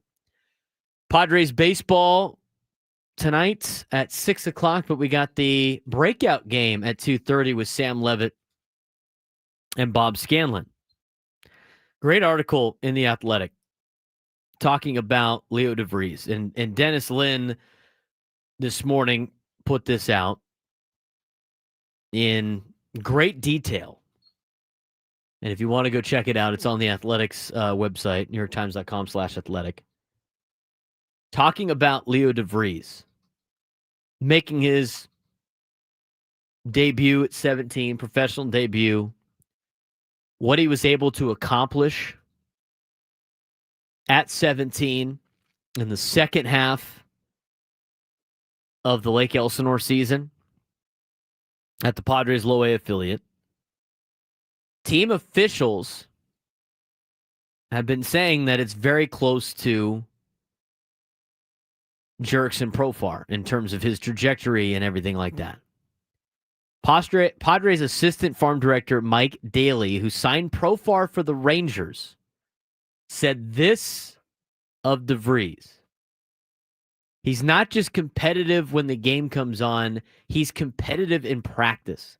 He wants to be really, really good all the time. Jurickson is very competitive as well in everything. It's usually a pretty good indicator. It's a pretty good value for somebody to have, is that genuine competitiveness, not somebody who's trying to turn it on, turn it off. I love the fact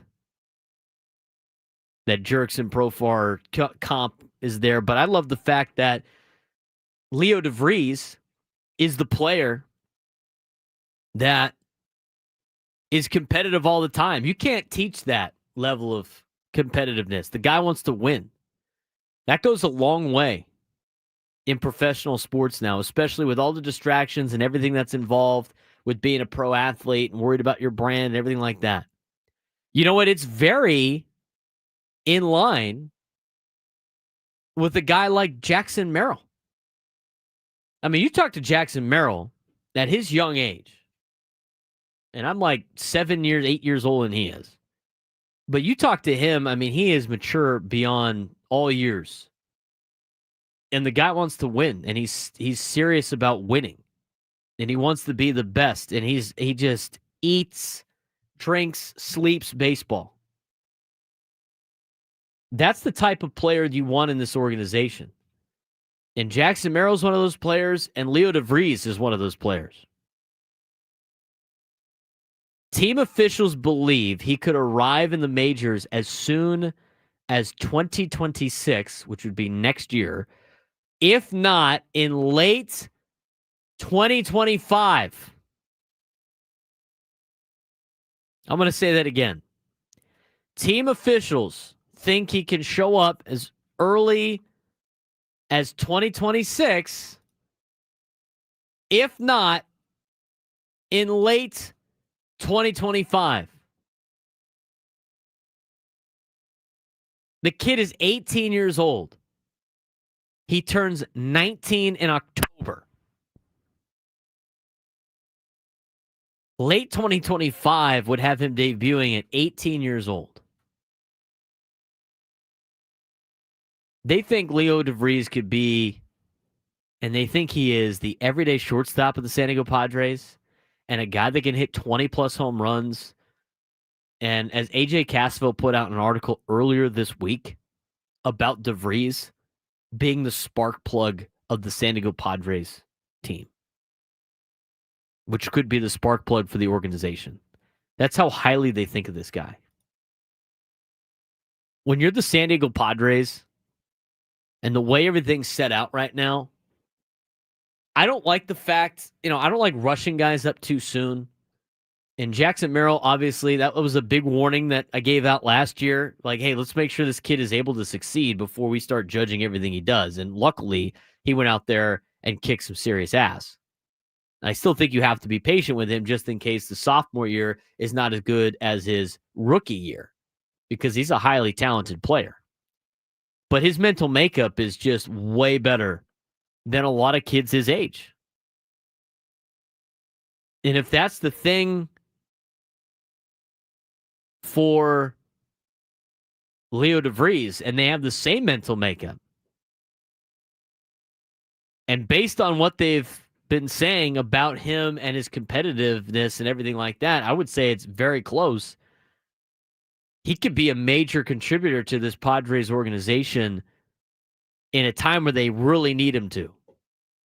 I mean, you look at the expenses of the Padres, and we've talked about the money, and how they don't have money to go sign guys and everything like that. I mean, they do, but they don't. I mean, they do have money to add around the perimeter, but they don't have guys. They don't have the money to add the big time free agent every offseason. We've talked about that. What gets you out of those situations and what justifies some of these contracts is the fact that you got young players coming up that can offset some of those because they're making rookie numbers. If they could get in the next 2 years, DeVries and Salas up with the big league club, not just to offset the books, but to contribute at a decent level, that is going to do wonders for the Padres organization. Because you would have Jackson Merrill, assuming you haven't given him a contract extension yet, which hopefully they do. You'd have Jackson Merrill still on a rookie deal before he gets to arbitration. You would have Leo DeVries on a rookie deal, making league minimum, and you'd have Ethan Salas on a rookie deal, making league minimum. That would be perfect case scenario where you're able to hit it at least with 1 year of Jackson Merrill. Now, Merrill has 2 years left of this rookie number before he's eligible for arbitration, in which he will be making a lot more than league minimum. But all of those players coming up offset the costs of some of the big contracts, right? So we talked about Xander Bogaerts a couple of days ago. Maybe in 2 years, Leo's the starting shortstop of the Padres. But you look at the contract of Xander Bogaerts, and you look at Leo DeVries, and if Xander Bogaerts could just play at an average level, and Leo DeVries is the player they expect him to be, that contract doesn't hit as poorly on the books. Because now you're getting probably an average, maybe slightly above average veteran in Xander Bogaerts, and a young superstar player, 2 for 1, where you're getting them for $25 million a year or 25.7 with the league minimum. And that's a way better steal for those two players than if you were to have to pay full for both of them. And so in doing so, this young controllable talent for the Padres that they have kept is going to be able to bridge the gap before the future years where they could start getting some of these veterans off the books, which will ultimately help them save money to go out and get some players. These next couple of years are the most important years for the Padres in terms of payroll. Payroll-wise, it's these next couple of years, because even though some of these contracts go up in value, with Manny Machado and Fernando, Xander stays the same the whole time. Jake Cronenworth pretty much stays the same. Even though some Machado and Tatis's numbers go up in value, you're going to start lopping off some of the contracts around them, and you're going to be able to start spending money on other guys again. But these next 2 years are the 2 years that you really have to get it done. And so it wouldn't be crazy to think Leo Dallas DeVries, or Leo, goes by Leo now, won't make the majors in the next 2 years. I mean, that's where it's looking at. And they're going to stay aggressive. So we'll see how he does in the breakout game today. We'll see how he does in the minor leagues this season. But they put the timetable at 2026, maybe fall of 2025, to get a spark plug on this team. Debuting at 18 years old would be insane. And that's just Leo. We haven't talked about really Salas too much, but very interesting article by Dennis Lin, and something to be excited about if you're the Padres. I mean, now I was skeptical about it with Jackson Merrill coming up last year, but the way that his mental makeup is and the things that they're saying about Leo, I'm more inclined to start bringing some of these guys up sooner rather than later. We'll see how he does in the minor leagues. 833-288-0973, 833-288-0973. When we come back, are the Aztecs making the NCAA tournament? I will give you my answer and more on the bubble as we get closer to 2 o'clock. And Gwen and Chris on San Diego's #1 sports station, 97.3 The Fan.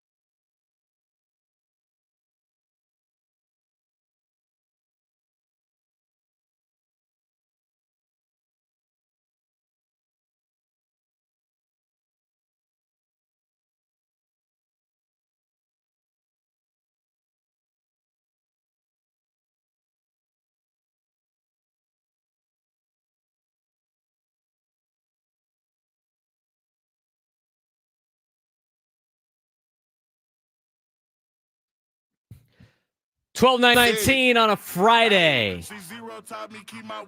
Get excited for the weekends. Good sports weekend. Conference basketball tournaments in full force. We're watching some earlier.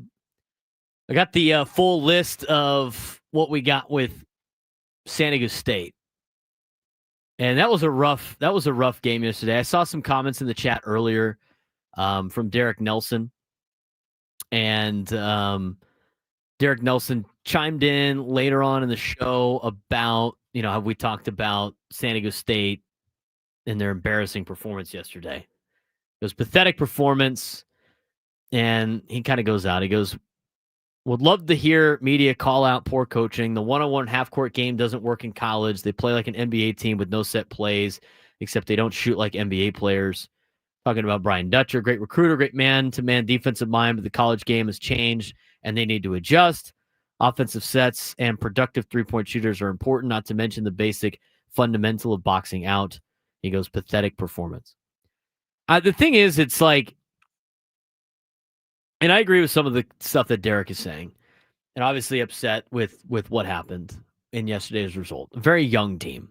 I mentioned that in my open today. Aztecs are a very young team, and young teams do young people things. I went on to mention, of course, and I'll reiterate, young people think they're indestructible. They do. I consider myself young still at 29. I'm 29 for 6 more days, and then I will be 30. But as being somebody that is obviously more mature at my age than most people at their age, where I get called an old man, and it's fine. I'm a mature individual. It's cool.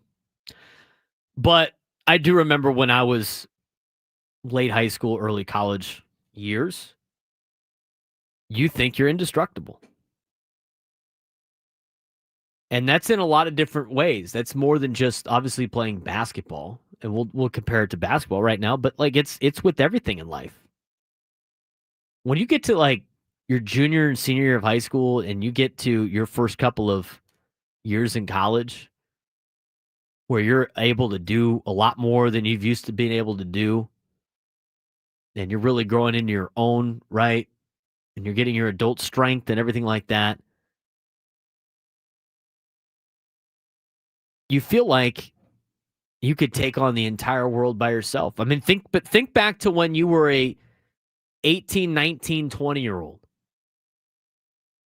Whether it was going out with your friends, whether it was, young people are aggressive when they drive. I mean, all just different things, risks that you would take that you would never take now as an adult, or never take, once you get married and have kids and have more responsibilities and stuff like that. But when it's just you and you feel like you could take on the world, you make bad decisions. You go out there and you feel like you're indestructible. San Diego State's basketball performance is playing like they feel like they're indestructible and nothing's going to shut them down or get in their way. They have had a lot of success in the last couple of years, and sometimes that's what you think, even though that was, as Mike Leach would say, last year's team. That was last year, or in this particular case, 2 years ago. Now, I do not think that the San Diego State Aztec team thought they were just going to show up and win. But you watch the way they play. I mean, a lot of the problems that they had in that basketball game of rebounding and turnovers and, going dry from the field in the last 9 minutes of the game. I mean, those are all things that young guys make mistakes doing. I mean, you could talk about coaching all you want. The Aztecs defense is elite. Despite not playing very well and getting out rebounded and not really having an answer for Boise State, they still have them to 62 points. And so when you coach a team like this and you coach a program like San Diego State, and the other factor that's in there, I mean, there's a lot of things that David said in the chat that make sense. But the problem, I mean, there's only so many three-point shooters that go around in college athletics and so many scorers. And guess where they go? They go to a lot of big schools that pay a lot of good money to have those players there. You see it all the time.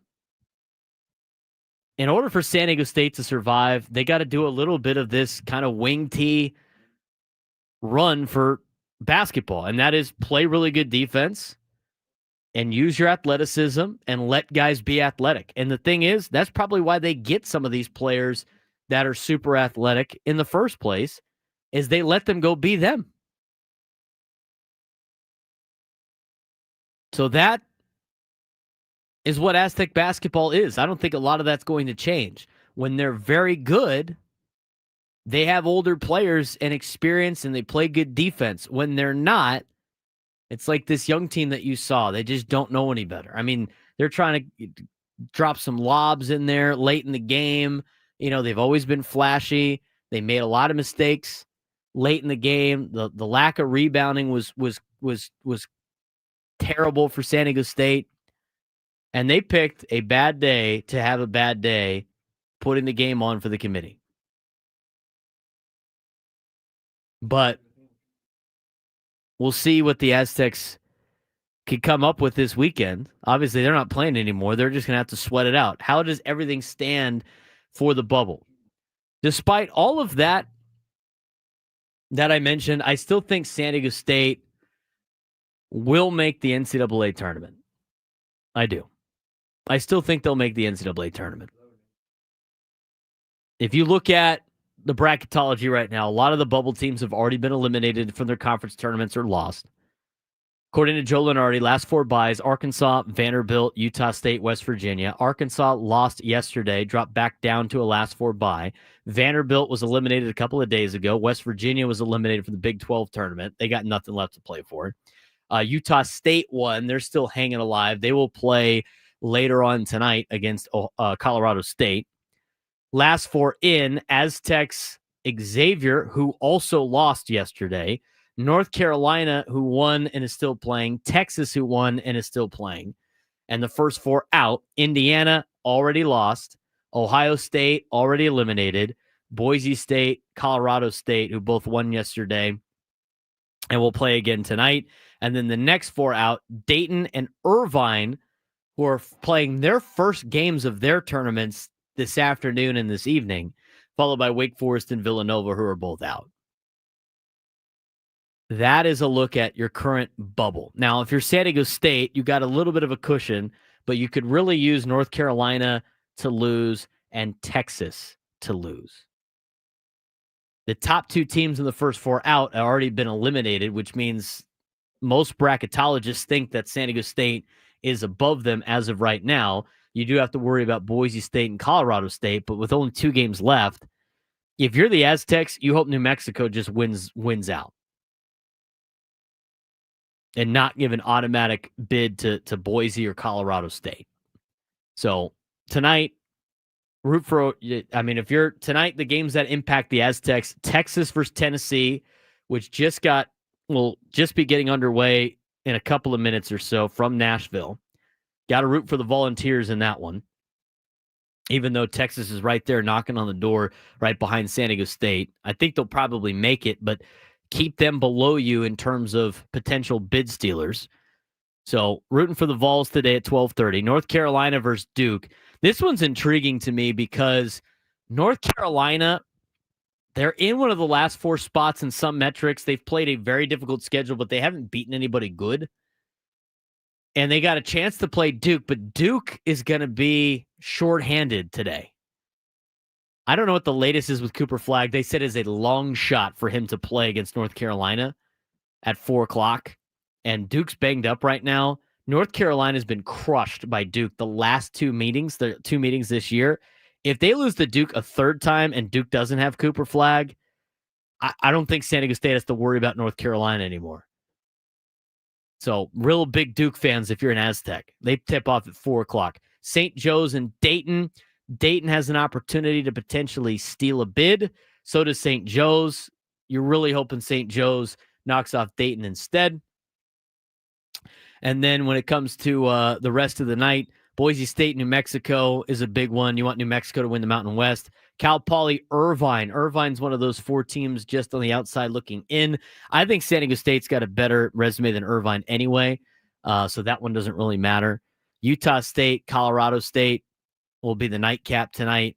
Kind of hoping Utah State wins that. Now, in terms of bid stealers, which you got to worry about if you're the Aztecs now, since you're not playing anymore, there's only a possibility of 4 bid stealers out there: the Mountain West Conference, the Atlantic 10, the AAC, and the Big West. There's 2 teams that could potentially steal a bid from the Aztecs as an automatic qualifier. It's Boise State and Colorado State. In the Atlanta 10, it's a lot of teams: Dayton, St. Louis, St. Joe's, St. Bonaventure, Loyola, George Washington, George Mason. All those teams are playing sometime today. In the American Conference, Tulane, UNT, UAB, Wichita State, FAU, Tulsa, and East Carolina. And then in the Big West, it's everybody but UCSD would be considered a bid stealer, which would be Irvine, Santa Barbara, and Cal Poly. That's how it lays out. I think the Aztecs have done enough to make the NCAA tournament.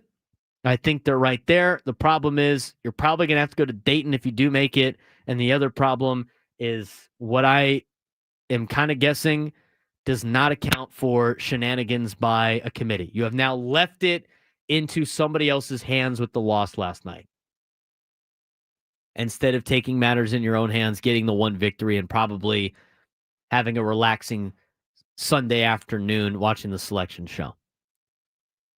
Hopefully Magoon Guath is ready to come back by the time it's time for tournament time, because the Aztecs might be playing on Tuesday. AJ Cassavell has got a lot of good information on Leo DeVries. He had an article on him earlier this week. We'll kind of ask him some of the questions that we've thought of with him coming up and how early he could potentially come up as a prospect, plus what's going on with the position battles for the Padres as we are now under 2 weeks to go before opening day. We will talk with AJ Cassavell when we come back on the Braden Surprenant Show on San Diego's #1 sports station, 97.3 The Fan.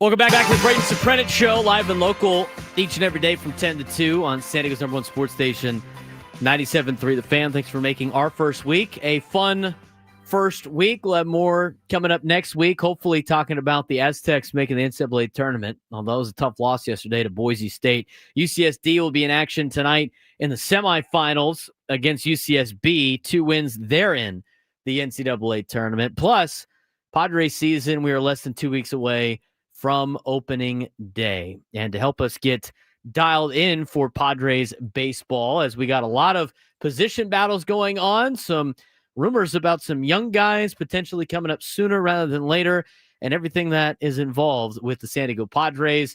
The longtime beat writer of the Padres for MLB.com, now in his 10th season covering the Padres, his 15th at MLB.com. And of course, can't be remiss without saying he's a 13-time Cassavell wiffle ball tournament champion. AJ Cassavell joining us on the Braden Surprenant Show. AJ, what's going on? How's Arizona? You're saving the most important qualifier for last. I appreciate it. I take great pride in that 13-time champion label. Well, well, hopefully you. I don't know why you would, but you can go back and watch this interview on YouTube. I made sure on the graphic it says 13-time Cassavell family wiffle ball tournament champ is part of your accolades. I mean, if it's on Twitter, I got to put it on the board here. All right, well, let's make it 14 this summer. How about that? All right. Real quick, fill us in on I know we've talked about it before a long time ago, but you guys do this every summer. You've won it 13 times. What's what are the teams like? Is it solo? How does this play out for the Cassavell family? No, it's not solo. It's a 14 tournament. We've done it for like 30 years. Off the top of my head, I don't know the exact number, but it's we used to do it with some sort of like some semblance of a draft, or even like different ways of like based on last name or based on age, like all sorts of stuff. What we've done since is kind of taken 4 captains and split 4 teams up as evenly as we possibly could, and then each of the captains gets randomly assigned a team. So the teams are as fair as they've ever been. The games are as good as they've ever been. And then afterward, I mean, the beer tastes as delicious as it ever does. So it's a good family get together every summer. Usually right after the trade deadline too. So I'm a little I can relax a little bit. That's great. Well, I definitely I love hearing that. Obviously, congratulations. Just became a father not too long ago. How's that been so far? In working your job and obviously having a bright smile on your face each and every day.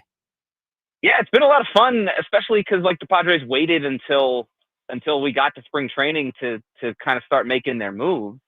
I'm sure we'll get into it. I'm still not entirely convinced that they're necessarily done, but like I had most of my off season to hang out with the little guy, and then the first day I get here, I got to write about Nick Vedder, and then I got to write about Kyle Hart, and it's like, you know what? That's fine. If I'm here in Peoria, I might as well be working, and the time I got to spend at home during the off season was pretty cool. That's awesome, AJ. Let's talk about some of these. Obviously the Padres and some position battles. A lot of noise right now and I want to start with one of the young top prospects because obviously the breakout game is coming up in just a matter of a couple of hours or so. Leo DeVries has obviously made a big impact, and there's been multiple stories now out on him that the Padres view him very highly. You mentioned in your piece about him being a spark plug for the organization, and it sounds like they're going to be aggressive with him, and we might be able to see him sooner than a lot of people expected. How have the Padres been able to push prospects forward in the past, and how is Leo progressing, and what have you heard from the Padres in terms of how much that they want this guy up as quickly as possible? Yeah, as quickly as possible is maybe not like entirely the way to frame it. Like they've obviously been super progressive in promoting guys like Jackson Merrill and Fernando Tatis Jr. basically as soon as they've earned it. Like if those guys are good enough at AA or at whatever level they're at, like they're going to be up on the Padres roster. And I think the Padres think that Leo DeVries at some point very soon will be good enough. I don't know when that time is. I don't know if it's this year. But I'm pretty confident in saying that they think he'll reach that level. And I've kind of heard the idea that like maybe going into the 2026 season, this guy could be one of the top prospects in all of baseball. I think he's ranked like probably low teens for a lot of people right now. Like if he's not called up or if he hasn't reached the point where he's no longer a prospect, if he's gone past that status, like I think you enter next season with him as maybe that kind of guy. And so he's to me everyone I talked to, because I just reported a pretty long story on him ahead of this spring breakout game, everyone I've talked to like loves the tools and the skill set, and like, why would you not? He's a guy he's a switch hitter with power potential, with really good bat to ball, who plays shortstop. Like, why would you not love that? But the thing that came across more to me than the skill set was just how much they love his makeup and his mindset, and the fact that, like, not only does he love baseball, like, you have to love baseball to do this, but he kind of makes everyone around you love baseball. Like, he made the coaching staff in single A, he made them fall deeper in love with the game, like, from the guys I talked to. And he, like, the fact that it's a 105-degree day in Lake Elsinore and he's not sitting in the shade when his teammates are hitting during batting practice. He's out there yelling and kind of supporting in different ways. He's the guy that when they're getting a scouting report on the opposing pitcher and it's 100 miles an hour velocity guy that day, and maybe a couple of the guys grown, he kind of claps and says, heck yeah, we get to face 100 miles an hour. And so, like, those kind of stories that you hear in the background lead you to believe that this guy could develop into, he could take the tools that he has and develop them into the kind of prospect that the Padres hope he will be, which is an anchor, maybe at shortstop for the long-term future. AJ Cassavell of MLB.com, who covers the Padres, joining us on the Braden Surprenant show right here on 97.3 The Fan. You know, obviously Leo's getting a lot of love for the last couple of days because of this breakout game, but there's a lot of position battles out there right now for the Padres as they try to solidify this roster. I want to start with the starting rotation before we dive into some others. You had it very early on, at least compared to a lot of other outlets, about the fifth man in the rotation. And for that, it's the guy that you had listed, and then a couple other outlets after you put that also listing has not pitched a lot in Cactus League action, and that is Kyle Hart. Obviously, they've seen a lot out of him to put that kind of in his wheelhouse to be the favorite. But what has Kyle Hart shown, as a lot of fans have not been able to watch him pitch because he's only appeared in that one Cactus League game that ended up getting rained out? Yeah, I mean, the answer is not much. Like, he's pitched a couple times on the backfield, but even in those settings, they were more like kind of building up, getting ready. He's going to get 2 more Cactus League outings, like official ones, hopefully this time, where they aren't interrupted by rain. I believe one of them is coming up on Sunday. The Padres have a split squad.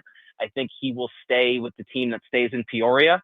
And then he'll probably get one more start from there. And you look at kind of the way the Padres are lining up their rotation, like guys like Matt Waldron and Randy Vasquez, they have them pitching on backfields because I think they know pretty well what they might get from those guys. They've seen that there's a wealth of history with them pitching for the Padres in AAA and spring training. They don't need to necessarily see them in the Cactus League environment anymore. With Kyle Hart, he's a guy you want to see. So I suspect now you never read too much into spring training results.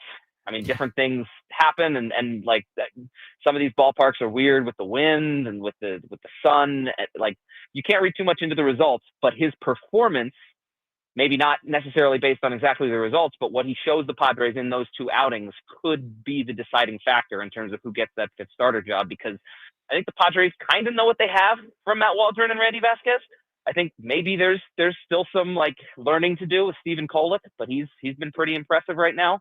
And then Kyle Hart's the big unknown. Well, you got to have a catcher to catch these pitchers, and right now Elias Diaz is obviously the favorite to not only make the team, but he's probably going to be the starter.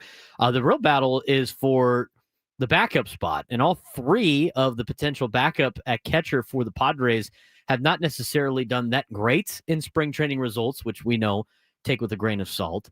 The only catcher to hit an extra base hit has been Ethan Salas, obviously, and he's down in minor league camp. But you got Luis Camposano, Brett Sullivan, and Martin Maldonado.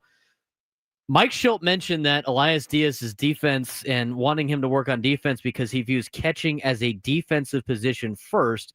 Kind of alludes that you would imagine they would probably take a defensive catcher as a backup. But that being said, you got Sullivan out of options. Martin Maldonado needs to be added to the 40-man. And then you got Camposano, who is a top prospect, all vying for one spot. How do you see this one playing out? Because obviously you have a lot of options there for the Padres that result in potentially 2 guys not being part of the organization anymore. Yeah, this is one of the spots I kind of look at and think, like, are they going to do something before opening day? And I haven't heard anything on that front, but like I said, read into spring training results with a grain of salt, but the performance at catcher has not been very good. I think leading up into yesterday, I don't know the exact numbers from yesterday's game. They were combined 7 for 58 without that extra base hit, those 4 guys. So they need more production than that, clearly. I think Elias Diaz, like, there's a lot to like in terms of like a stabilizing force. And the thing that the Padres have the benefit of is, I think that the top 6 guys in their starting lineup are really good. And I don't know that they're necessarily going to need a ton of production out of the number 9 spot in the orders. And so for Mike Schilt, who views catcher as a defense first position anyway, like, that works out just fine. They can view it that way because they have superstars hitting in the top half of their lineup. What I will say is, if he wants to view it as a defensive first position, I think that's probably the right way to view it. None of those guys are superstars defensively. Diaz took some significant strides last year with his framing and was very good. And Maldonado, guys rave about working with him, but his pitch framing has been iffy in the past, and Camposano has struggled defensively too. And so the Padres really need. I'm not entirely, like, this race is kind of wide open because no one has won it yet, and that's also what leads me to kind of wonder, like, is this what they're going to go into opening day with as their catching team, or is that something that they would look to address? Maybe, I mean, even if it's just someone else to throw into the mix, or someone else to back up Diaz or to share time with Diaz.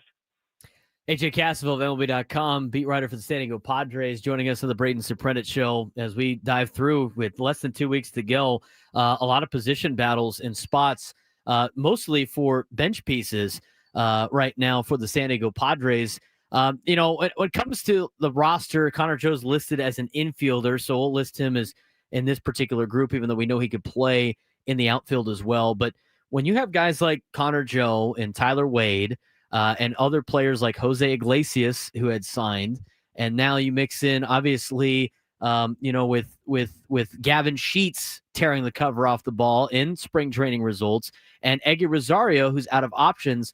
Again, another difficult decision is going to have to be made in terms of who is going to be a backup player, or maybe a player that makes the team that might be a spot starter. A lot of veterans mixed in with some young guys. Options are part of the problem. Obviously everybody loves Tyler Wade, but you got a lot of tough decisions that you're going to have to make on these particular players in the infield. Do you think they all make the team? Do you think some make the team? How do you see this one playing out with the way Sheets is really putting the pressure on everybody else? Yeah, it's hard to kind of parse it out because there are so many guys and there are so many considerations, maybe just beyond like who's performing the best. You need the right guys that fit, and you need guys that, and there's also roster considerations. Sheets, for me, is like he looks to me like he's on the roster based on the way he's swung the bat, and also the fact that I don't know that the Padres have that other kind of guy, like a serious left-handed power threat with experience coming off the bench and platooning and part-time DHing. Like Tirso Ornelas has been really good in spring training too. I think the Padres still kind of want him getting semi-regular at bats. And so the likelier thing is AAA. And then you look at like, who's that left-handed power threat? Well, to me, Gavin Sheets is the guy. So I've got him in pencil on the roster. I mean, if the first 10 position or first 9 position players, you've got him in pen, I think Gavin Sheets is in pencil. And then there's 3 other spots. One of them goes to the number 2 catcher. And then there's kind of 2 available bench spots. And I'm not entirely sure where the Padres would look there. I look at what the bottom of the lineup might look like. And I think there's a chance that they're pinch hitting and that they're platooning, and maybe the bat is a little bit more important than like what you're supposed to do versatility wise, like with a guy like Tyler Wade. But at the same time, he's your kind of pinch runner, do it all, do everything guy. And so Tyler Wade and Eggy Rosario, both of them out of options, both of them maybe similar type pieces. And it comes down to what the Padres value more. And Jose Iglesias would be the other guy that I maybe have in even lighter pencil than Gavin Sheets, but I think he fits just in terms of like the righty-lefty balance there. Yeah, a lot of different things that they can do. As we started this interview, you mentioned not entirely convinced that they're done in terms of moves. We saw the recent rumors that Padres have been getting a lot of phone calls on Dylan Cease and starting pitching, obviously with a lot of injuries throughout the rest of Major League Baseball. You know, as well as anybody else that has covered this team now for more than 10 years, of AJ Preller. It's not whether or not there's a deal that he wants that's more of, is there a deal that could be made that he likes if he gets wowed enough? He's always available to trade certain players. Do you think there will be a move before spring training ends? And if it is a move, what are the likelihood of them parting ways with a starter, or maybe acquiring somebody that you mentioned before, like in the catching position? What's your hunch on the potential not done yet before the season starts? My hunch is, if there's a move, like, my hunch is there going to be a move? Like, if that's the question, I would lean yes. Is there going to be a major blockbuster where they part with one of their top starters or something like that? I would lean no. And so that's kind of where I fall in that. I just think that AJ Preller's never done tinkering with the roster, especially when the roster kind of clearly has obvious flaws like this one and question marks like this one. And like, it's a pretty talented roster. Like, you want to round it out and give the Padres the best chance to compete in 2025. And I expect something, but maybe that's just because I've come to expect something with AJ Preller, given what we've seen in the past with Cease and with Sean Manaea a couple days before camp ended, and going like all the way back to Craig Kimbrell. There's always something percolating at the end of spring with AJ Preller. AJ, appreciate the time. I know you got to be on your toes always with AJ. Never know what he might be able to do, and only a couple of weeks left, and not really too much time left for you back here in San Diego. Yep, can't wait. Thanks for having me, Braden. All right, thanks again to AJ Cassavell joining us on the Braden Surprenant Show. A lot of wealth of information right there. We'll get the interview posted on social media to kind of talk about all these metrics. I mean, or roster construction. I mean, he mentioned in pencil Gavin Sheets on the team, and then he mentioned in lighter pencil Jose Iglesias on the team. I would think that would probably be the other way around, but it's interesting that he said that. So I mean, a lot of these positions are slowly starting to solidify themselves on the Padres in terms of position battles. And I'm curious to see what Kyle Hart's got. I mean, I think he's going to be the number 5 starter, but we'll see. And the thing is everybody's got options in the battle for the 5th rotation spot. What does AJ Preller have up his sleeve before opening day? I mean, he's made some moves in the past.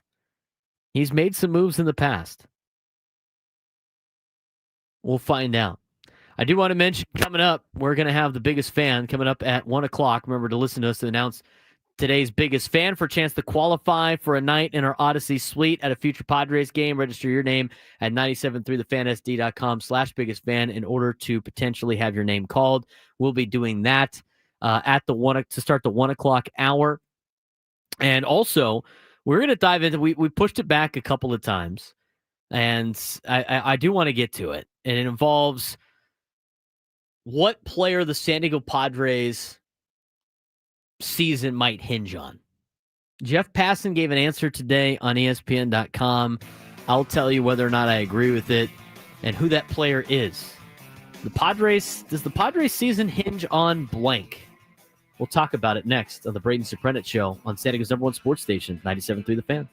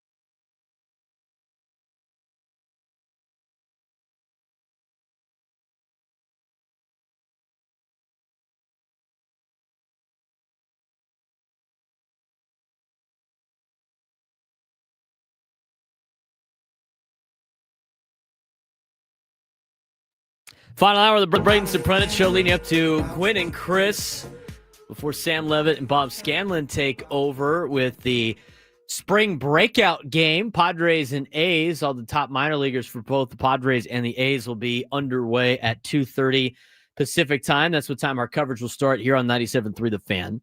And then after that, we'll have a little bit more Quinn and Chris, and then it's the weekend for everybody out there. Hopefully you guys are wrapping up your day at work. Maybe get off early with the rain and everything like that, and enjoy your weekend. Not a holiday weekend. Holiday weekend or non-holiday weekend? Can't really tell. Don't really know. Haven't done so already, give us a like on the YouTube page. It does a lot of great stuff for us and gets our show out there, trying to promote the show as much as possible. Follow us on social media at @B_SURP. You can follow me on Twitter and Instagram. Post a lot of stuff on the Instagram, on the Reels and TikToks and everything like that of the show. So if you missed any of the show, we'll put a lot of those out on there. Start to put out a lot of stuff on YouTube as well. If you haven't checked out our YouTube page yet, go check it out. We've got a lot of new videos up on all shows. All shows are posting little snippets of their show, whether it be on the YouTube Shorts or just little finite clips of the show, like the interview with AJ Cassavell we'll put up there. I got a lot of other ones that are going to debut over the weekend and starting next week, but we're going to keep pumping out content for the Padres on YouTube. So if you haven't done so already, be sure to subscribe to our YouTube page at 97.3 The Fan, and then subscribe to my YouTube page at B_SURP. You can find me there as well. We look forward to you guys being part of the show each and every day. If you want to weigh in on the show, you can give us a call, 833-288-0973, 833-288-0973. If you want to weigh in on anything, you can also tweet at me. I will read your tweets on the air if you would like, and we'll get you part of the show. We want to create more community involvement with the show as much as possible, and we're doing some couple things next week that will hopefully incite that a little bit as well. Without further ado, because Beatrice has said in the chat, please hurry up, who's the biggest fan? My subway is about to go underground. Let's get to today's biggest fan. Today's biggest fan is, I forgot to update it. Hold on, give me a second. Today's biggest fan, which we announced every day at 1 o'clock on this show. We had our person call in yesterday, which was great. But today's biggest fan is David Clark. David Clark of Santee. You are today's biggest fan. David Clark, give us a call back within the next 10 minutes at 833-288-0973, 833-288-0973, and you'll qualify for a grand prize, 20 tickets for you and your friends for a night in our Odyssey Suite at a Padres game later this season. Remember to register your name at 97throughthefansd.com/biggest fan. David Clark from Santee, you are today's biggest fan. David Clark. Congratulations if he calls in. Jocelyn, fake name. Congrats to David Clark on the biggest fan. I want to mention, a week from today, we are going to be at Dave & Buster's in Mission Valley. Join 97 through the fan at Dave & Buster's in Mission Valley next Friday as we broadcast live all day long in celebration of the biggest college hoops tournament of the year. Ben Woods kicks things off at 6 a.m. I will be on later at 10, followed by Gwen and Chris at 2, and then wrapping it up, coming in to be the closer of the night, Matt Scraby with the Scraby Show at 6 o'clock. There will be a breakfast burrito station. Wow. Breakfast burrito station. That sounds money. Drink specials on mimosas, Bloody Marys, and beer throughout the day. Basketball shooting competition, hourly raffle giveaways. Join us at Dave & Buster's at 2931 Camino del Rio North next Friday for a full day of fun with your favorite fan talk shows. Wow. Breakfast burrito station. That's worth the call in general. That's worth it. Tyler Ellison in the chat. Braden isn't ready for the skee ball smoke. They got a couple of fun games over there at Dave & Buster's that I like, that not a lot of places have.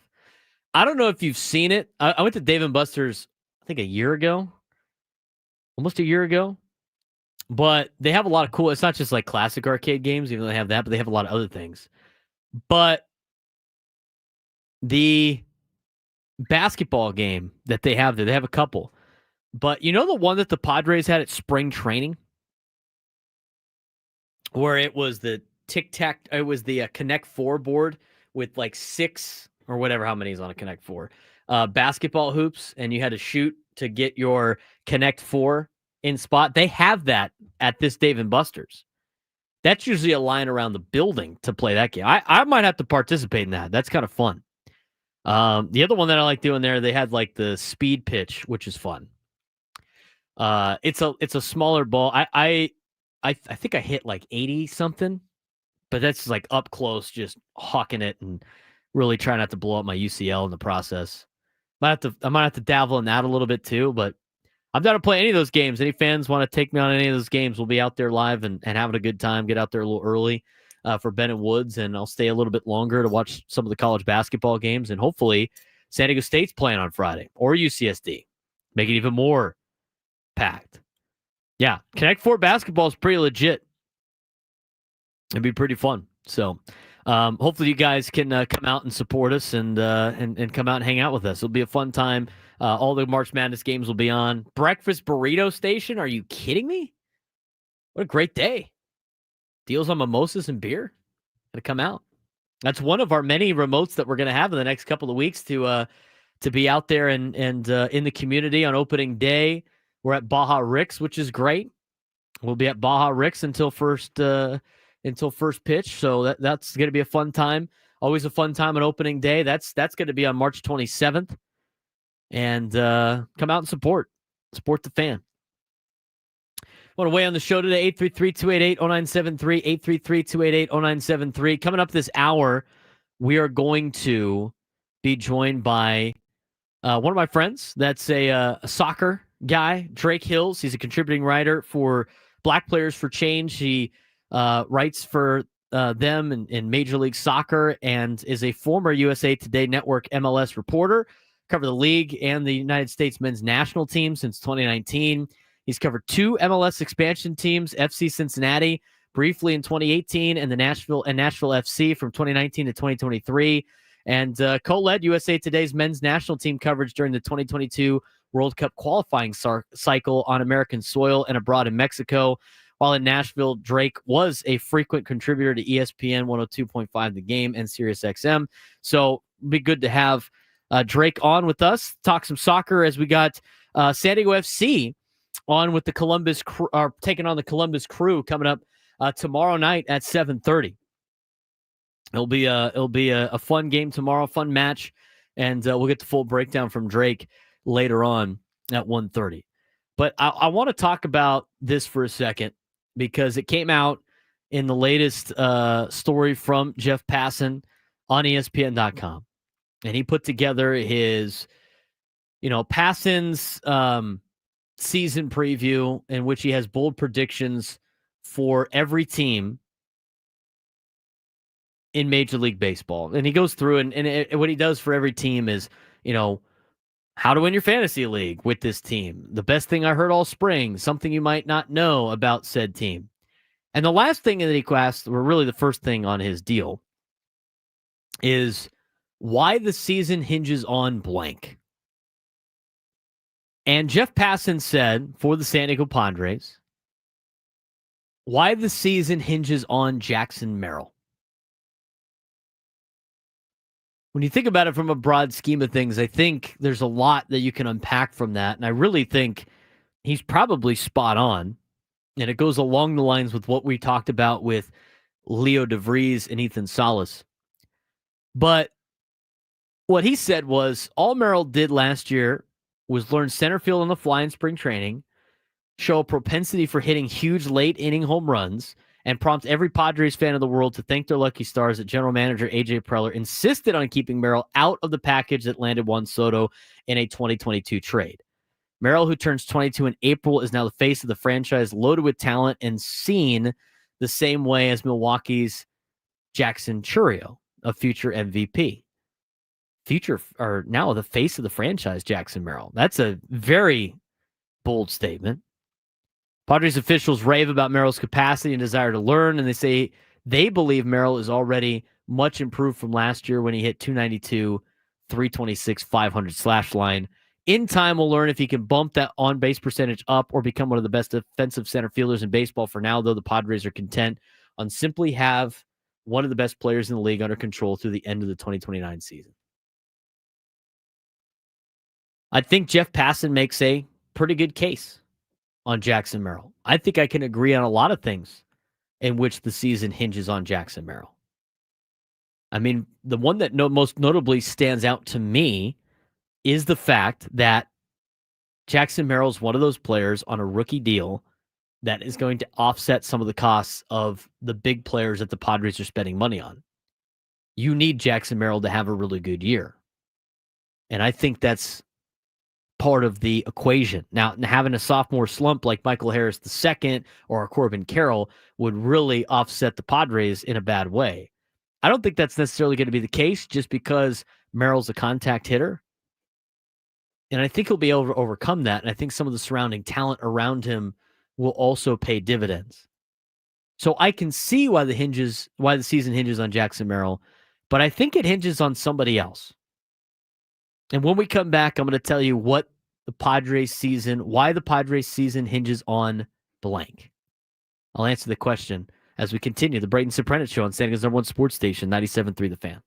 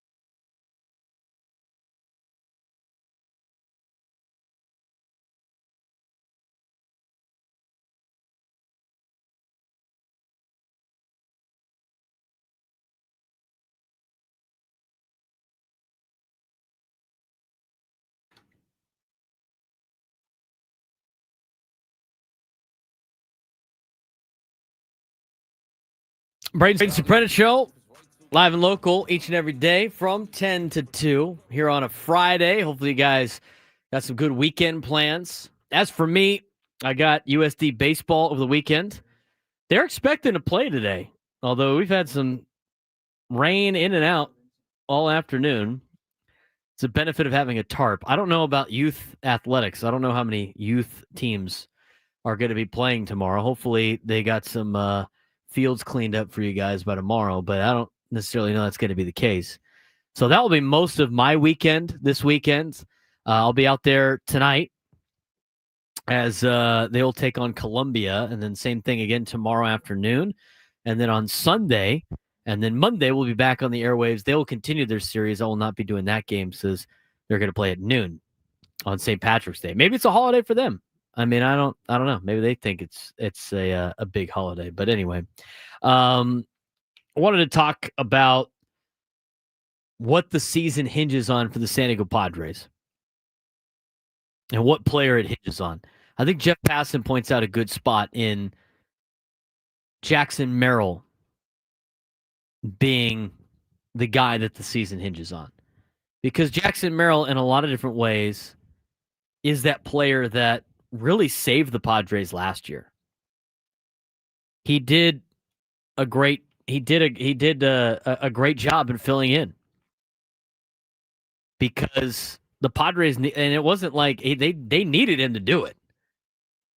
Jackson Merrill needed to help the Padres out because they need those young players that have been out there that have rookie contracts to offset some of the big guys like Xander Bogaerts, like Manny Machado. But I don't think it's necessarily just Jackson. Now, I will say this, and so I guess it puts the pressure on Jackson a little bit. Jackson, if he has a rough sophomore year and has that proverbial sophomore slump that a lot of guys in Major League Baseball have had, then I think you might be in trouble if you're the Padres. I think it's overcome. You can overcome it. But I think I think it would be a problem for the Padres. So that does put the pressure on where you can kind of say that the season hinges on Jackson Merrill. I think the season, honestly, and I think I could go a couple of ways. I'd like to go Xander Bogaerts here just because he's been making $25 million a year, and they really need him to play up to his ability just to justify his contract. But I've spent enough time on Xander Bogaerts this week. And if you missed any of it, it's all repurposed on social media. Go check it out. Go weigh in on your comment. I'd love to see your comments. All those pages I have on Instagram, I respond to those as well. So give me a follow on Instagram at @B_SURP. Give me a follow on X at @B_SURP. Do the same thing on TikTok and comment on those videos of some of the takes that I had earlier this week. But as much as I would like to agree with Jeff Passan with the season hinging on Jackson Merrill, as much as I would like to say the season hinges on Xander Bogaerts, I honestly think the Padres season, and for me, hinges on is not only making the playoffs, but getting to where they want to be. And that is eventually win a World Series. That's what John Seidler said earlier this week in an interview with Kevin Acee. That's what the goal is of the organization. Shouldn't be satisfied with just making the playoffs. And obviously that's going to be tough to do with the way the division lays out and all the teams throughout Major League Baseball, especially in the National League. We went through the lineups the other day. So for me, season hinges on, in terms of having a successful season, which would be making the playoffs and winning some series in the postseason, I think it really relies on Fernando Tatis Jr. and the health of Fernando Tatis Jr. He's the guy. He was the guy when they brought him in on a trade. He was the guy when they debuted him in 2019. He's been the guy every year that he has played. We've talked about this before. You gave him the statute contract, which is going to be very affordable in the next couple of years to where contracts are going. I said this earlier in the week about, I think people have forgotten how elite Fernando Tatis Jr. is. and how he can take over a game. With him being hurt last year and with the year before, with this PED suspension, and the year before that with the finding out about the suspension after he was coming off of injury, and the year before that with the off season before where he got hurt doing who knows what, and all of the distractions that have come with Fernando and the injuries that have come with Fernando Tatis Jr. and other players really stepping up in those roles, right? 2022 is Manny Machado. To the point where people would say, which is asinine, well, look how much better the Padres record is without Fernando Tatis Jr. Stop it. Stop it. This season for the San Diego Padres hinges on Fernando Tatis Jr. Him staying healthy the entire year, him taking over games, him being the major X factor for the San Diego Padres, and being the player that we all expected him to be when he first came up in 2019. He still is going to be that player, and now that he's fully healthy, we can fully see his eliteness and let him take over as the face of the franchise of the San Diego Padres.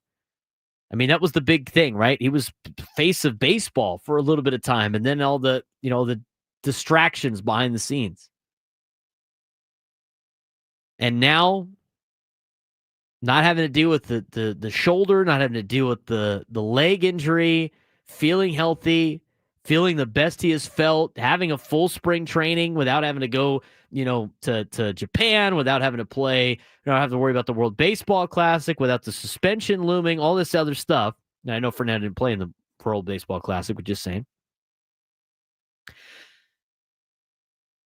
This is the time where we get to see, I think, Fernando's best year. And we get to see him go full out and really take this team to new heights. So I don't think necessarily it's going to be Jackson Merrill, even though I feel like he could do it. I don't feel like it's Xander Bogaerts, because if he just plays at an average level or plays a little under, I still think the Padres will be successful. I think the season really hinges on and lives off of Fernando Tatis Jr.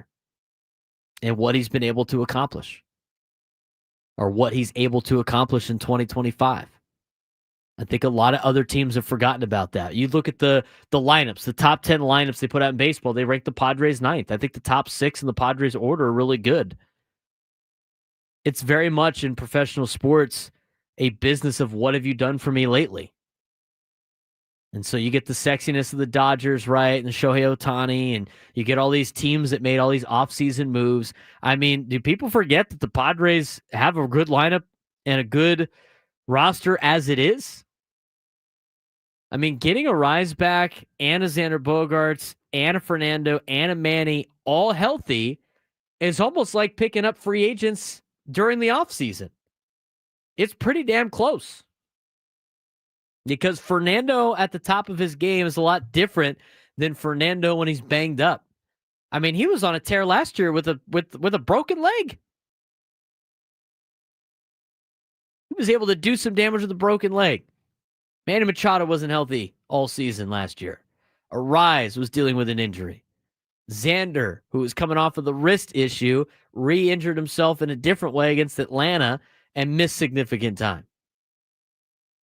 I think a lot of people forget the talent that this team has, and I think that they are going to be able to compete with some of the best because of the team that they invested in and how close they are and the way they're saying the right things and the good clubhouse guys that they've added on the fringes.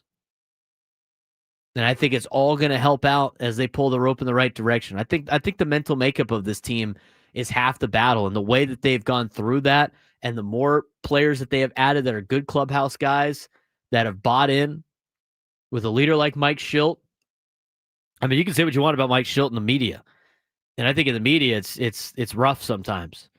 But as long as he treats the players the way they need to be treated and the way they expect to be treated, and he gets the most out of them and can get them motivated to play and handles their personalities, who cares how he treats us in the media? Guys play hard for Mike Schilt. They've always played hard for Mike Schilt, and they're going to continue to do so. So the mental makeup of this team and the way it's constructed is a lot better than it's been in the past. I mean, we've seen a lot of talented players here, but we haven't necessarily seen a lot of guys that have fit together. And this is a team that's going to fit a lot better together. And I think the season really hinges on how successful Fernando Tatis Jr. is and if he can make it through the entire year. San Diego FC's got a game against Columbus Crew tomorrow at 7:30. They're off to a great start. They're 2-0-1, and they will try to get their first 3-point home.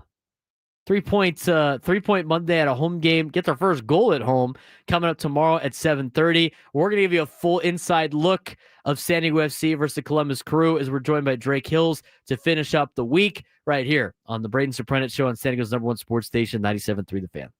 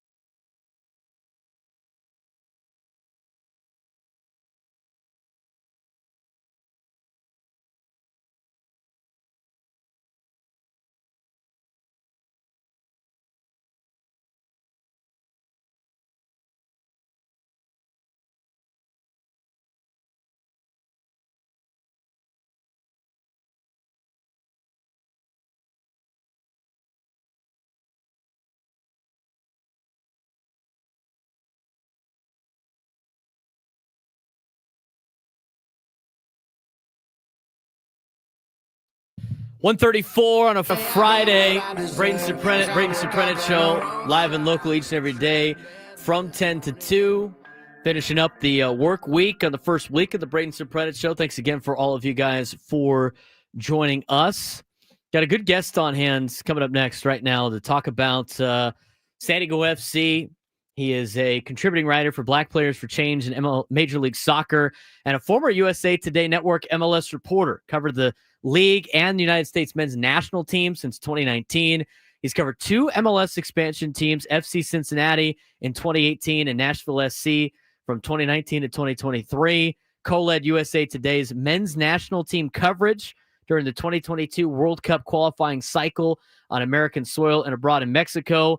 He also spent some time filling in on some radio stations as well to talk about soccer, contributing writer for Black Players for Change, and San Diego boy. Drake Hills joins us on the Braden Surprenant Show. Drake, always love talking with another San Diegan and a fellow Don. What's going on, Drake? Man, times have changed, haven't they, Braden? I'm thinking going back to those Cathedral days. I remember when the U.S. men's national team was playing at the Q. Particularly, I remember they played Guatemala at the Q right before they went to the 2014 World Cup, which they did pretty well at. But yeah, times have changed, man. Major League Soccer in San Diego. Yeah, obviously, as a couple of kids growing up in San Diego, to get another major league franchise is great. As for you that, always loved soccer for a long period of time and now have done so many great things in covering this particular sport, and especially here in the United States, what it mean to you to have Major League Soccer here in San Diego as somebody that has always been an advocate for the sport in the United States? Yeah, you know what? It put everything into perspective, what I've been working for over the past, 6 to 10 years, if you will. I'm thinking about, how I wanted to ascend into a career of journalism and being able to tell stories, as you mentioned, telling stories about Black Players for Change. Obviously, the intersection of, my own culture as well as the sport, and be able to tie San Diego into that is amazing. And especially, seeing, them playing and having guys that you've played against coming up, that they're now either working for the team or they're big fans of the team. And it means a lot. I mean, being from San Diego, we've had a unique sports history. And so to put San Diego FC into that footprint, I'm sure, you and I are excited, but I know a lot of folks are excited just as we saw a couple of weeks ago for the home opener. Drake Hill's joining us on the Braden Surprenant Show and talking some San Diego FC. So, Drake, you've been able to cover a handful of teams in their inaugural years. What have you seen so far out of San Diego FC? They're off to a great start. They knocked off the reigning champion Galaxy in their first game, had a good draw at home a couple of weeks ago, but then a big win on the road. Always great to get 3 points on the road. What is your initial thoughts on the way that San Diego FC has started their season? No, Braden, I have seen rarely over the past, let's just call it 5 years, right? Since we really got a chance to see an FC Cincinnati come into their own after a couple of years where they were bottom of the league. And then, of course, Nashville FC, they had an incredible start, a historical start. Obviously, being able to get into the playoffs and go and make deep playoff runs 4 years straight. I mean, this is a different kind of soccer, though, that I saw from those two teams. With Mikey Varas and knowing how he wants to play, how San Diego FC wants to line up. They want to possess the ball. They want to attack. As you saw against Real Salt Lake last week, even after they got back the equalizer with Franco Negri, that they were pressing on. Playing at Real Salt Lake in altitude, that's a hard thing to do. And you have a lot of players. This is still an expansion team. So you have a lot of players who aren't used to playing in Major League Soccer, aren't used to time differences, aren't used to playing in significantly cold weather. So be able to withstand all those elements and still be able to go out and attack and be able to get a 3-1 result on the road. That's different. You don't normally see that from MLS teams. And a guy like Anders Dreyer, this guy is, he's only 26, right? He still has a lot of soccer in him. But at the same time, he is a bona fide professional. He's won trophies in Belgium. He's won trophies, and he scored a lot of goals in Denmark, in his home country. Lo and behold, this guy is, in 3 games, he's got a bunch of goals already. So a lot of times you'll see from expansion teams, they're missing that piece. They're missing that goal scorer, particularly in a center forward or some sort of second striker or winger. And they have that winger in Anders Dreyer. So as far as play style is concerned, as far as being able to appeal to be entertaining to the average fan, I mean, this team is different than what I'm used to. Well, Drake, I'm glad that you brought up their style of play, because that was kind of be my next question. Mikey Vars in his introductory press conference talked about this up tempo, style of play that they're going to play. They were going to be aggressive, and a lot of teams in soccer, when they get that equalizer or even the go ahead goal late in the game, they kind of settle down in when it comes to stoppage time, and they'll take the points, but they continue to push. Obviously, it sets yourself up when you put your back line advanced a little bit further. You saw that against Real Salt Lake, where they got through the back line a couple of times. But, for a lot of people here in San Diego that are learning the game and want to get involved with San Diego FC and get into soccer because it's the new major league sport in town, that are used to other sports, right, like football and basketball and everything like that, how would you describe that style of play that San Diego FC brings? Obviously, it's been very exciting so far, but kind of the aggressiveness on offense, but then what they give up on defense, having to run this type of play. It's a risk, right? I mean, it's a risk. And I remember, you were back on the airwaves last week talking about just the uniqueness of trying to understand, wrap your head around earning a point when you tie at the end of a game. That's crazy to some folks, especially, they're used to, Padres going, 10, 11, 12 innings to get a winner. It's different in soccer, right? And like you said, I mean, in the game of soccer, not just Major League Soccer, but this is something that happens across the globe, is teams will sit back, especially if you're on the road. They'll put 5, sometimes drop even 6 players, sometimes drop the entire team behind the ball, especially once you get later into the game.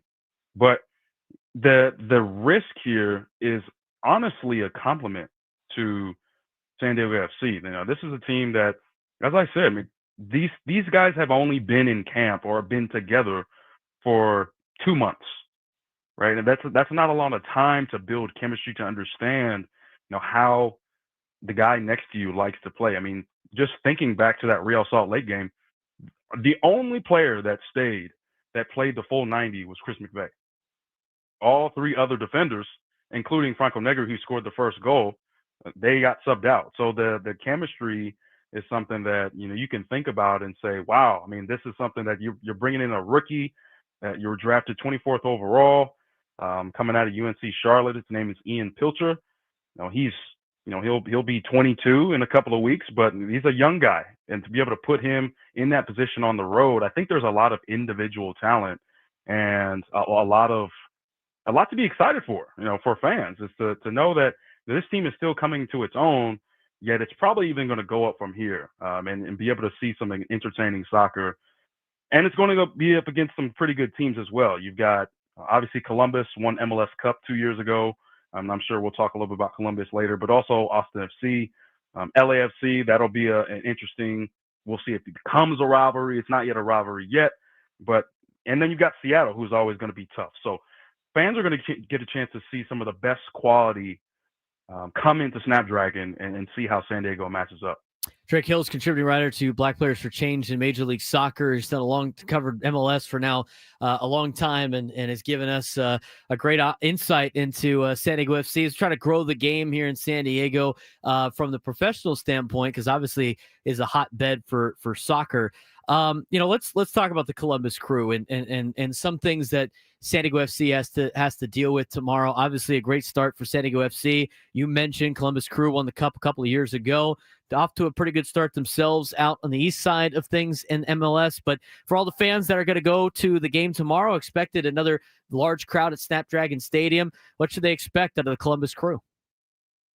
Yeah, Columbus is a team that slightly mimics this attacking style that we've been talking about. Wilfred Nancy won the MLS Coach of the Year in that same year that they won MLS Cup. He was the first Black coach to win an MLS Cup, and that's something that it's not just for news clicks. I mean, this guy, he was under Thierry Henry in Montreal. He knows the game. He's also known for having quite the list of attacking players. Obviously, someone like Diego Rossi, who used to play for LAFC, was a very talented attacking midfielder and forward, guy who can create a lot of goals. This team is quite attacking that way, but also they play with 3 center backs. They play with 3 central defenders. And sometimes, especially if they want to go super defensive, they'll drop back 2 more. So you're having to attack against the defense. That's 5 guys full and then a goalkeeper. That's pretty difficult. So you might see a little chess being played on Saturday. But I think fans should be thinking about, how can SDSC line up against this team? And it's not the same team that, although they've been doing well, they're 3rd in the East right now, but Columbus is not that same team player for player that they won MLS Cup with. Guys like Cucho Hernandez, who was sold and now plays for Real Betis in Spain, plays in La Liga. Same thing with Julian Gressel, plays in Inter Miami with Lionel Messi, or Christian Ramirez, who's now LA Galaxy, which is just up the road from here. So a lot of those attacking players, midfield players, those guys have gone, and they're bringing new guys into the fold. But I think with SDFC, you have the momentum of not only getting a road win against a pretty stubborn Real Salt Lake team, but obviously you're able to get a tough draw against a St. Louis City team who dropped back pretty much their entire team to defend. So that will not be the case. I think there's going to be a lot more entertaining soccer. Both teams who want to attack, both teams who want to get players forward. So I think fans are going to be seeing a whole lot of chances, a lot more chances that they saw than a couple weeks ago. Oh, should be an exciting match tomorrow. Tomorrow night at 7:30 for San Diego FC and the Columbus Crew. Obviously, early on, and not a lot of growing MLS fans here in San Diego trying to learn the sport, trying to be engaged with the sport. A lot of baseball fans here in San Diego, football fans that are held over from the Chargers days and everything like that. This city just as well as I do. A lot of people are going to get super excited about the start and be like, oh, playoffs are bust, even though it's an expansion team. Give me some reasons why this team will make the playoffs. And then on the other side, a couple of reasons of why maybe we should just kind of relax and let the season play out and not get ahead of our skis here. Yeah, I'm going to start with the first half. Although Chucky Lozano, he's still out. So I'll start with that and just clarify for fans that he's still week to week, but he will not play against Columbus Crew. Obviously, Chucky Lozano, the very talented designated player, basically one of the top players, if not the best player on this team.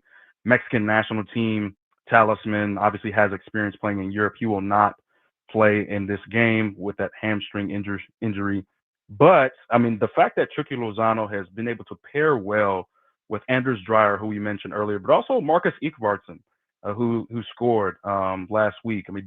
The case for San Diego FC making the playoffs in year one is the fact that their front 3, their attacking players, their goal scorers are actually scoring early. And, sure, you could say, Chucky, he hasn't been the leading scorer. Anders has, but at the same time, he's been creating. In that first game up in LA, he was the one who was creating those goals. He was the one who's creating those chances. Of course, Anders as well as we mentioned, has been on a tear to start the season. And then, of course, Marcus getting his first goal. The case is that their goal scorers are scoring on an expansion team.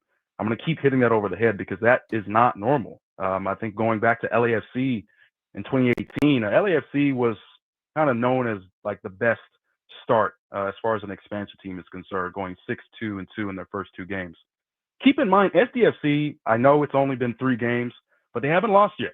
And so being unbeaten, that's still something to salute at, right? But I think on the other hand, to your point, the other half of your question, why fans should probably maybe relax and see how things go is that there's a lot of, I guess you could say, bumps and bruises that a team will take over the course of a season. You got to keep in mind, kind of like the dog days of summer in baseball, right? August hits and, guys are dinged up. People are starting to smell the playoffs and wanting to get some playoff baseball in them.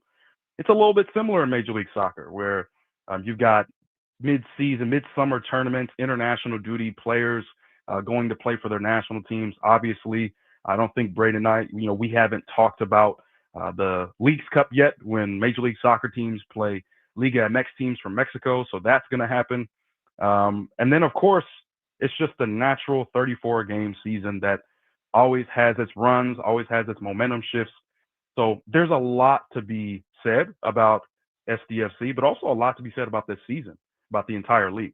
So I think we shouldn't even have or even think about having a playoff conversation until we reach that August or September. Drake, I appreciate the time as always. Let's do this again and get you recurring on the show. Love talking soccer with you and filling us in as we try to, obviously embrace the new major league team here and try to get a lot of people to be able to relate to it. But Drake, for people that don't know who you're at, who you are, let us know how we can follow you on social media and see some of your work. Yeah, most definitely. I mean, Drake Hill Soccer on Instagram. That's where I put a lot of my coverage, Black Players for Change coverage. Obviously, if I'm doing other things regarding MLS, definitely tap in on there. I haven't hit the Blue Sky thing yet, but I'm still on Twitter. Live Life Drake on Twitter. And then, of course, if you're around a San Diego FC game and you see me, say what up. But I'm excited to see what this team is going to do. I mean, still unbeaten in the season. They've got a lot of talented players and a lot of talented and entertaining soccer to watch. So let's see. Drake, appreciate it, man. Have a good rest of your day and have a good weekend. I appreciate it. Congrats on the show, man. We'll talk soon. All right. Drake Hill is joining us on the Braden Surprenant show. Good friend of mine.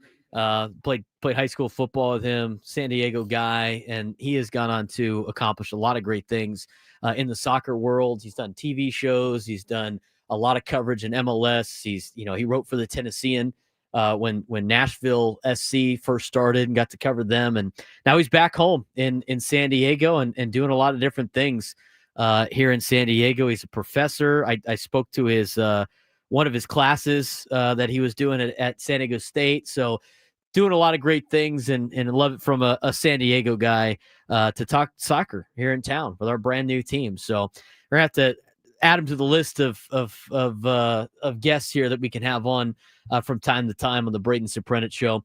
We really appreciate you guys tuning in as always. Really love the support that we had for the first week. First weekend, working out a lot of different things, and that'll be the case for the next couple of weeks as we really try to solidify this show into what the show that it's built to be, and that's a show for San Diego sports fans, by a San Diego sports fan like myself. So been a fun first week on the airwaves with you guys. I really appreciate all the support and everything like that, and look forward to talking some more sports with you coming up on Monday. And we'll have a lot to talk about on Monday's show as we have San Diego State. Are they going to be able to make the NCAA tournament? After getting eliminated from the Mountain West tournament last night, are they going to be in come Selection Sunday? We'll have a full breakdown of March Madness and the seeds and filling out your bracket and everything like that on Monday and throughout the week. We'll also get you updated on Padres baseball. I mean, we are less than 2 weeks away from opening day, which means we got roster battles still in full force. Padres still have over 40-something players in camp that they got to whittle down to 26 for that opening day list. So just under 2 weeks before opening day. We also got a lot to talk about with UCSD. I mean, UCSD is 2 wins away from potentially making the NCAA tournament. We'd have 2 teams in the NCAA tournament at once. It'd be great to see for San Diego and a lot more. I will not be on Sundays anymore. This is my time slot now from Monday through Friday from 10 to 2. So no more Sunday shows for me on Sundays for the people that would tune in to the Braden Surprenant show on Sunday. Thanks to you guys for doing that for the last year or so. Really appreciate it. But hopefully you guys all have a great weekend. We're going to be getting it over to Gwen and Chris here momentarily. They're going to pass it over to Sam Levitt and Bob Scanlon for the spring breakout game that's coming up on the airwaves here at 2:30. Back to Gwen and Chris to finish up the week, and then hopefully a fun and safe weekend for all of you guys out there in San Diego. Will San Diego State make the NCAA tournament? I think they do. In terms of games they need to go their way, in Tennessee, the Volunteers have a lead on Texas. That's good news right now. There's more games to watch later on tonight. For Adam Klug helping me out all week, I'm Braden Surprenant. Thanks again for joining us on the Braden Surprenant Show. We'll talk to you guys on Monday. Coming up next, Gwen and Chris, San Diego's #1 sports station, 97.3 The Fan.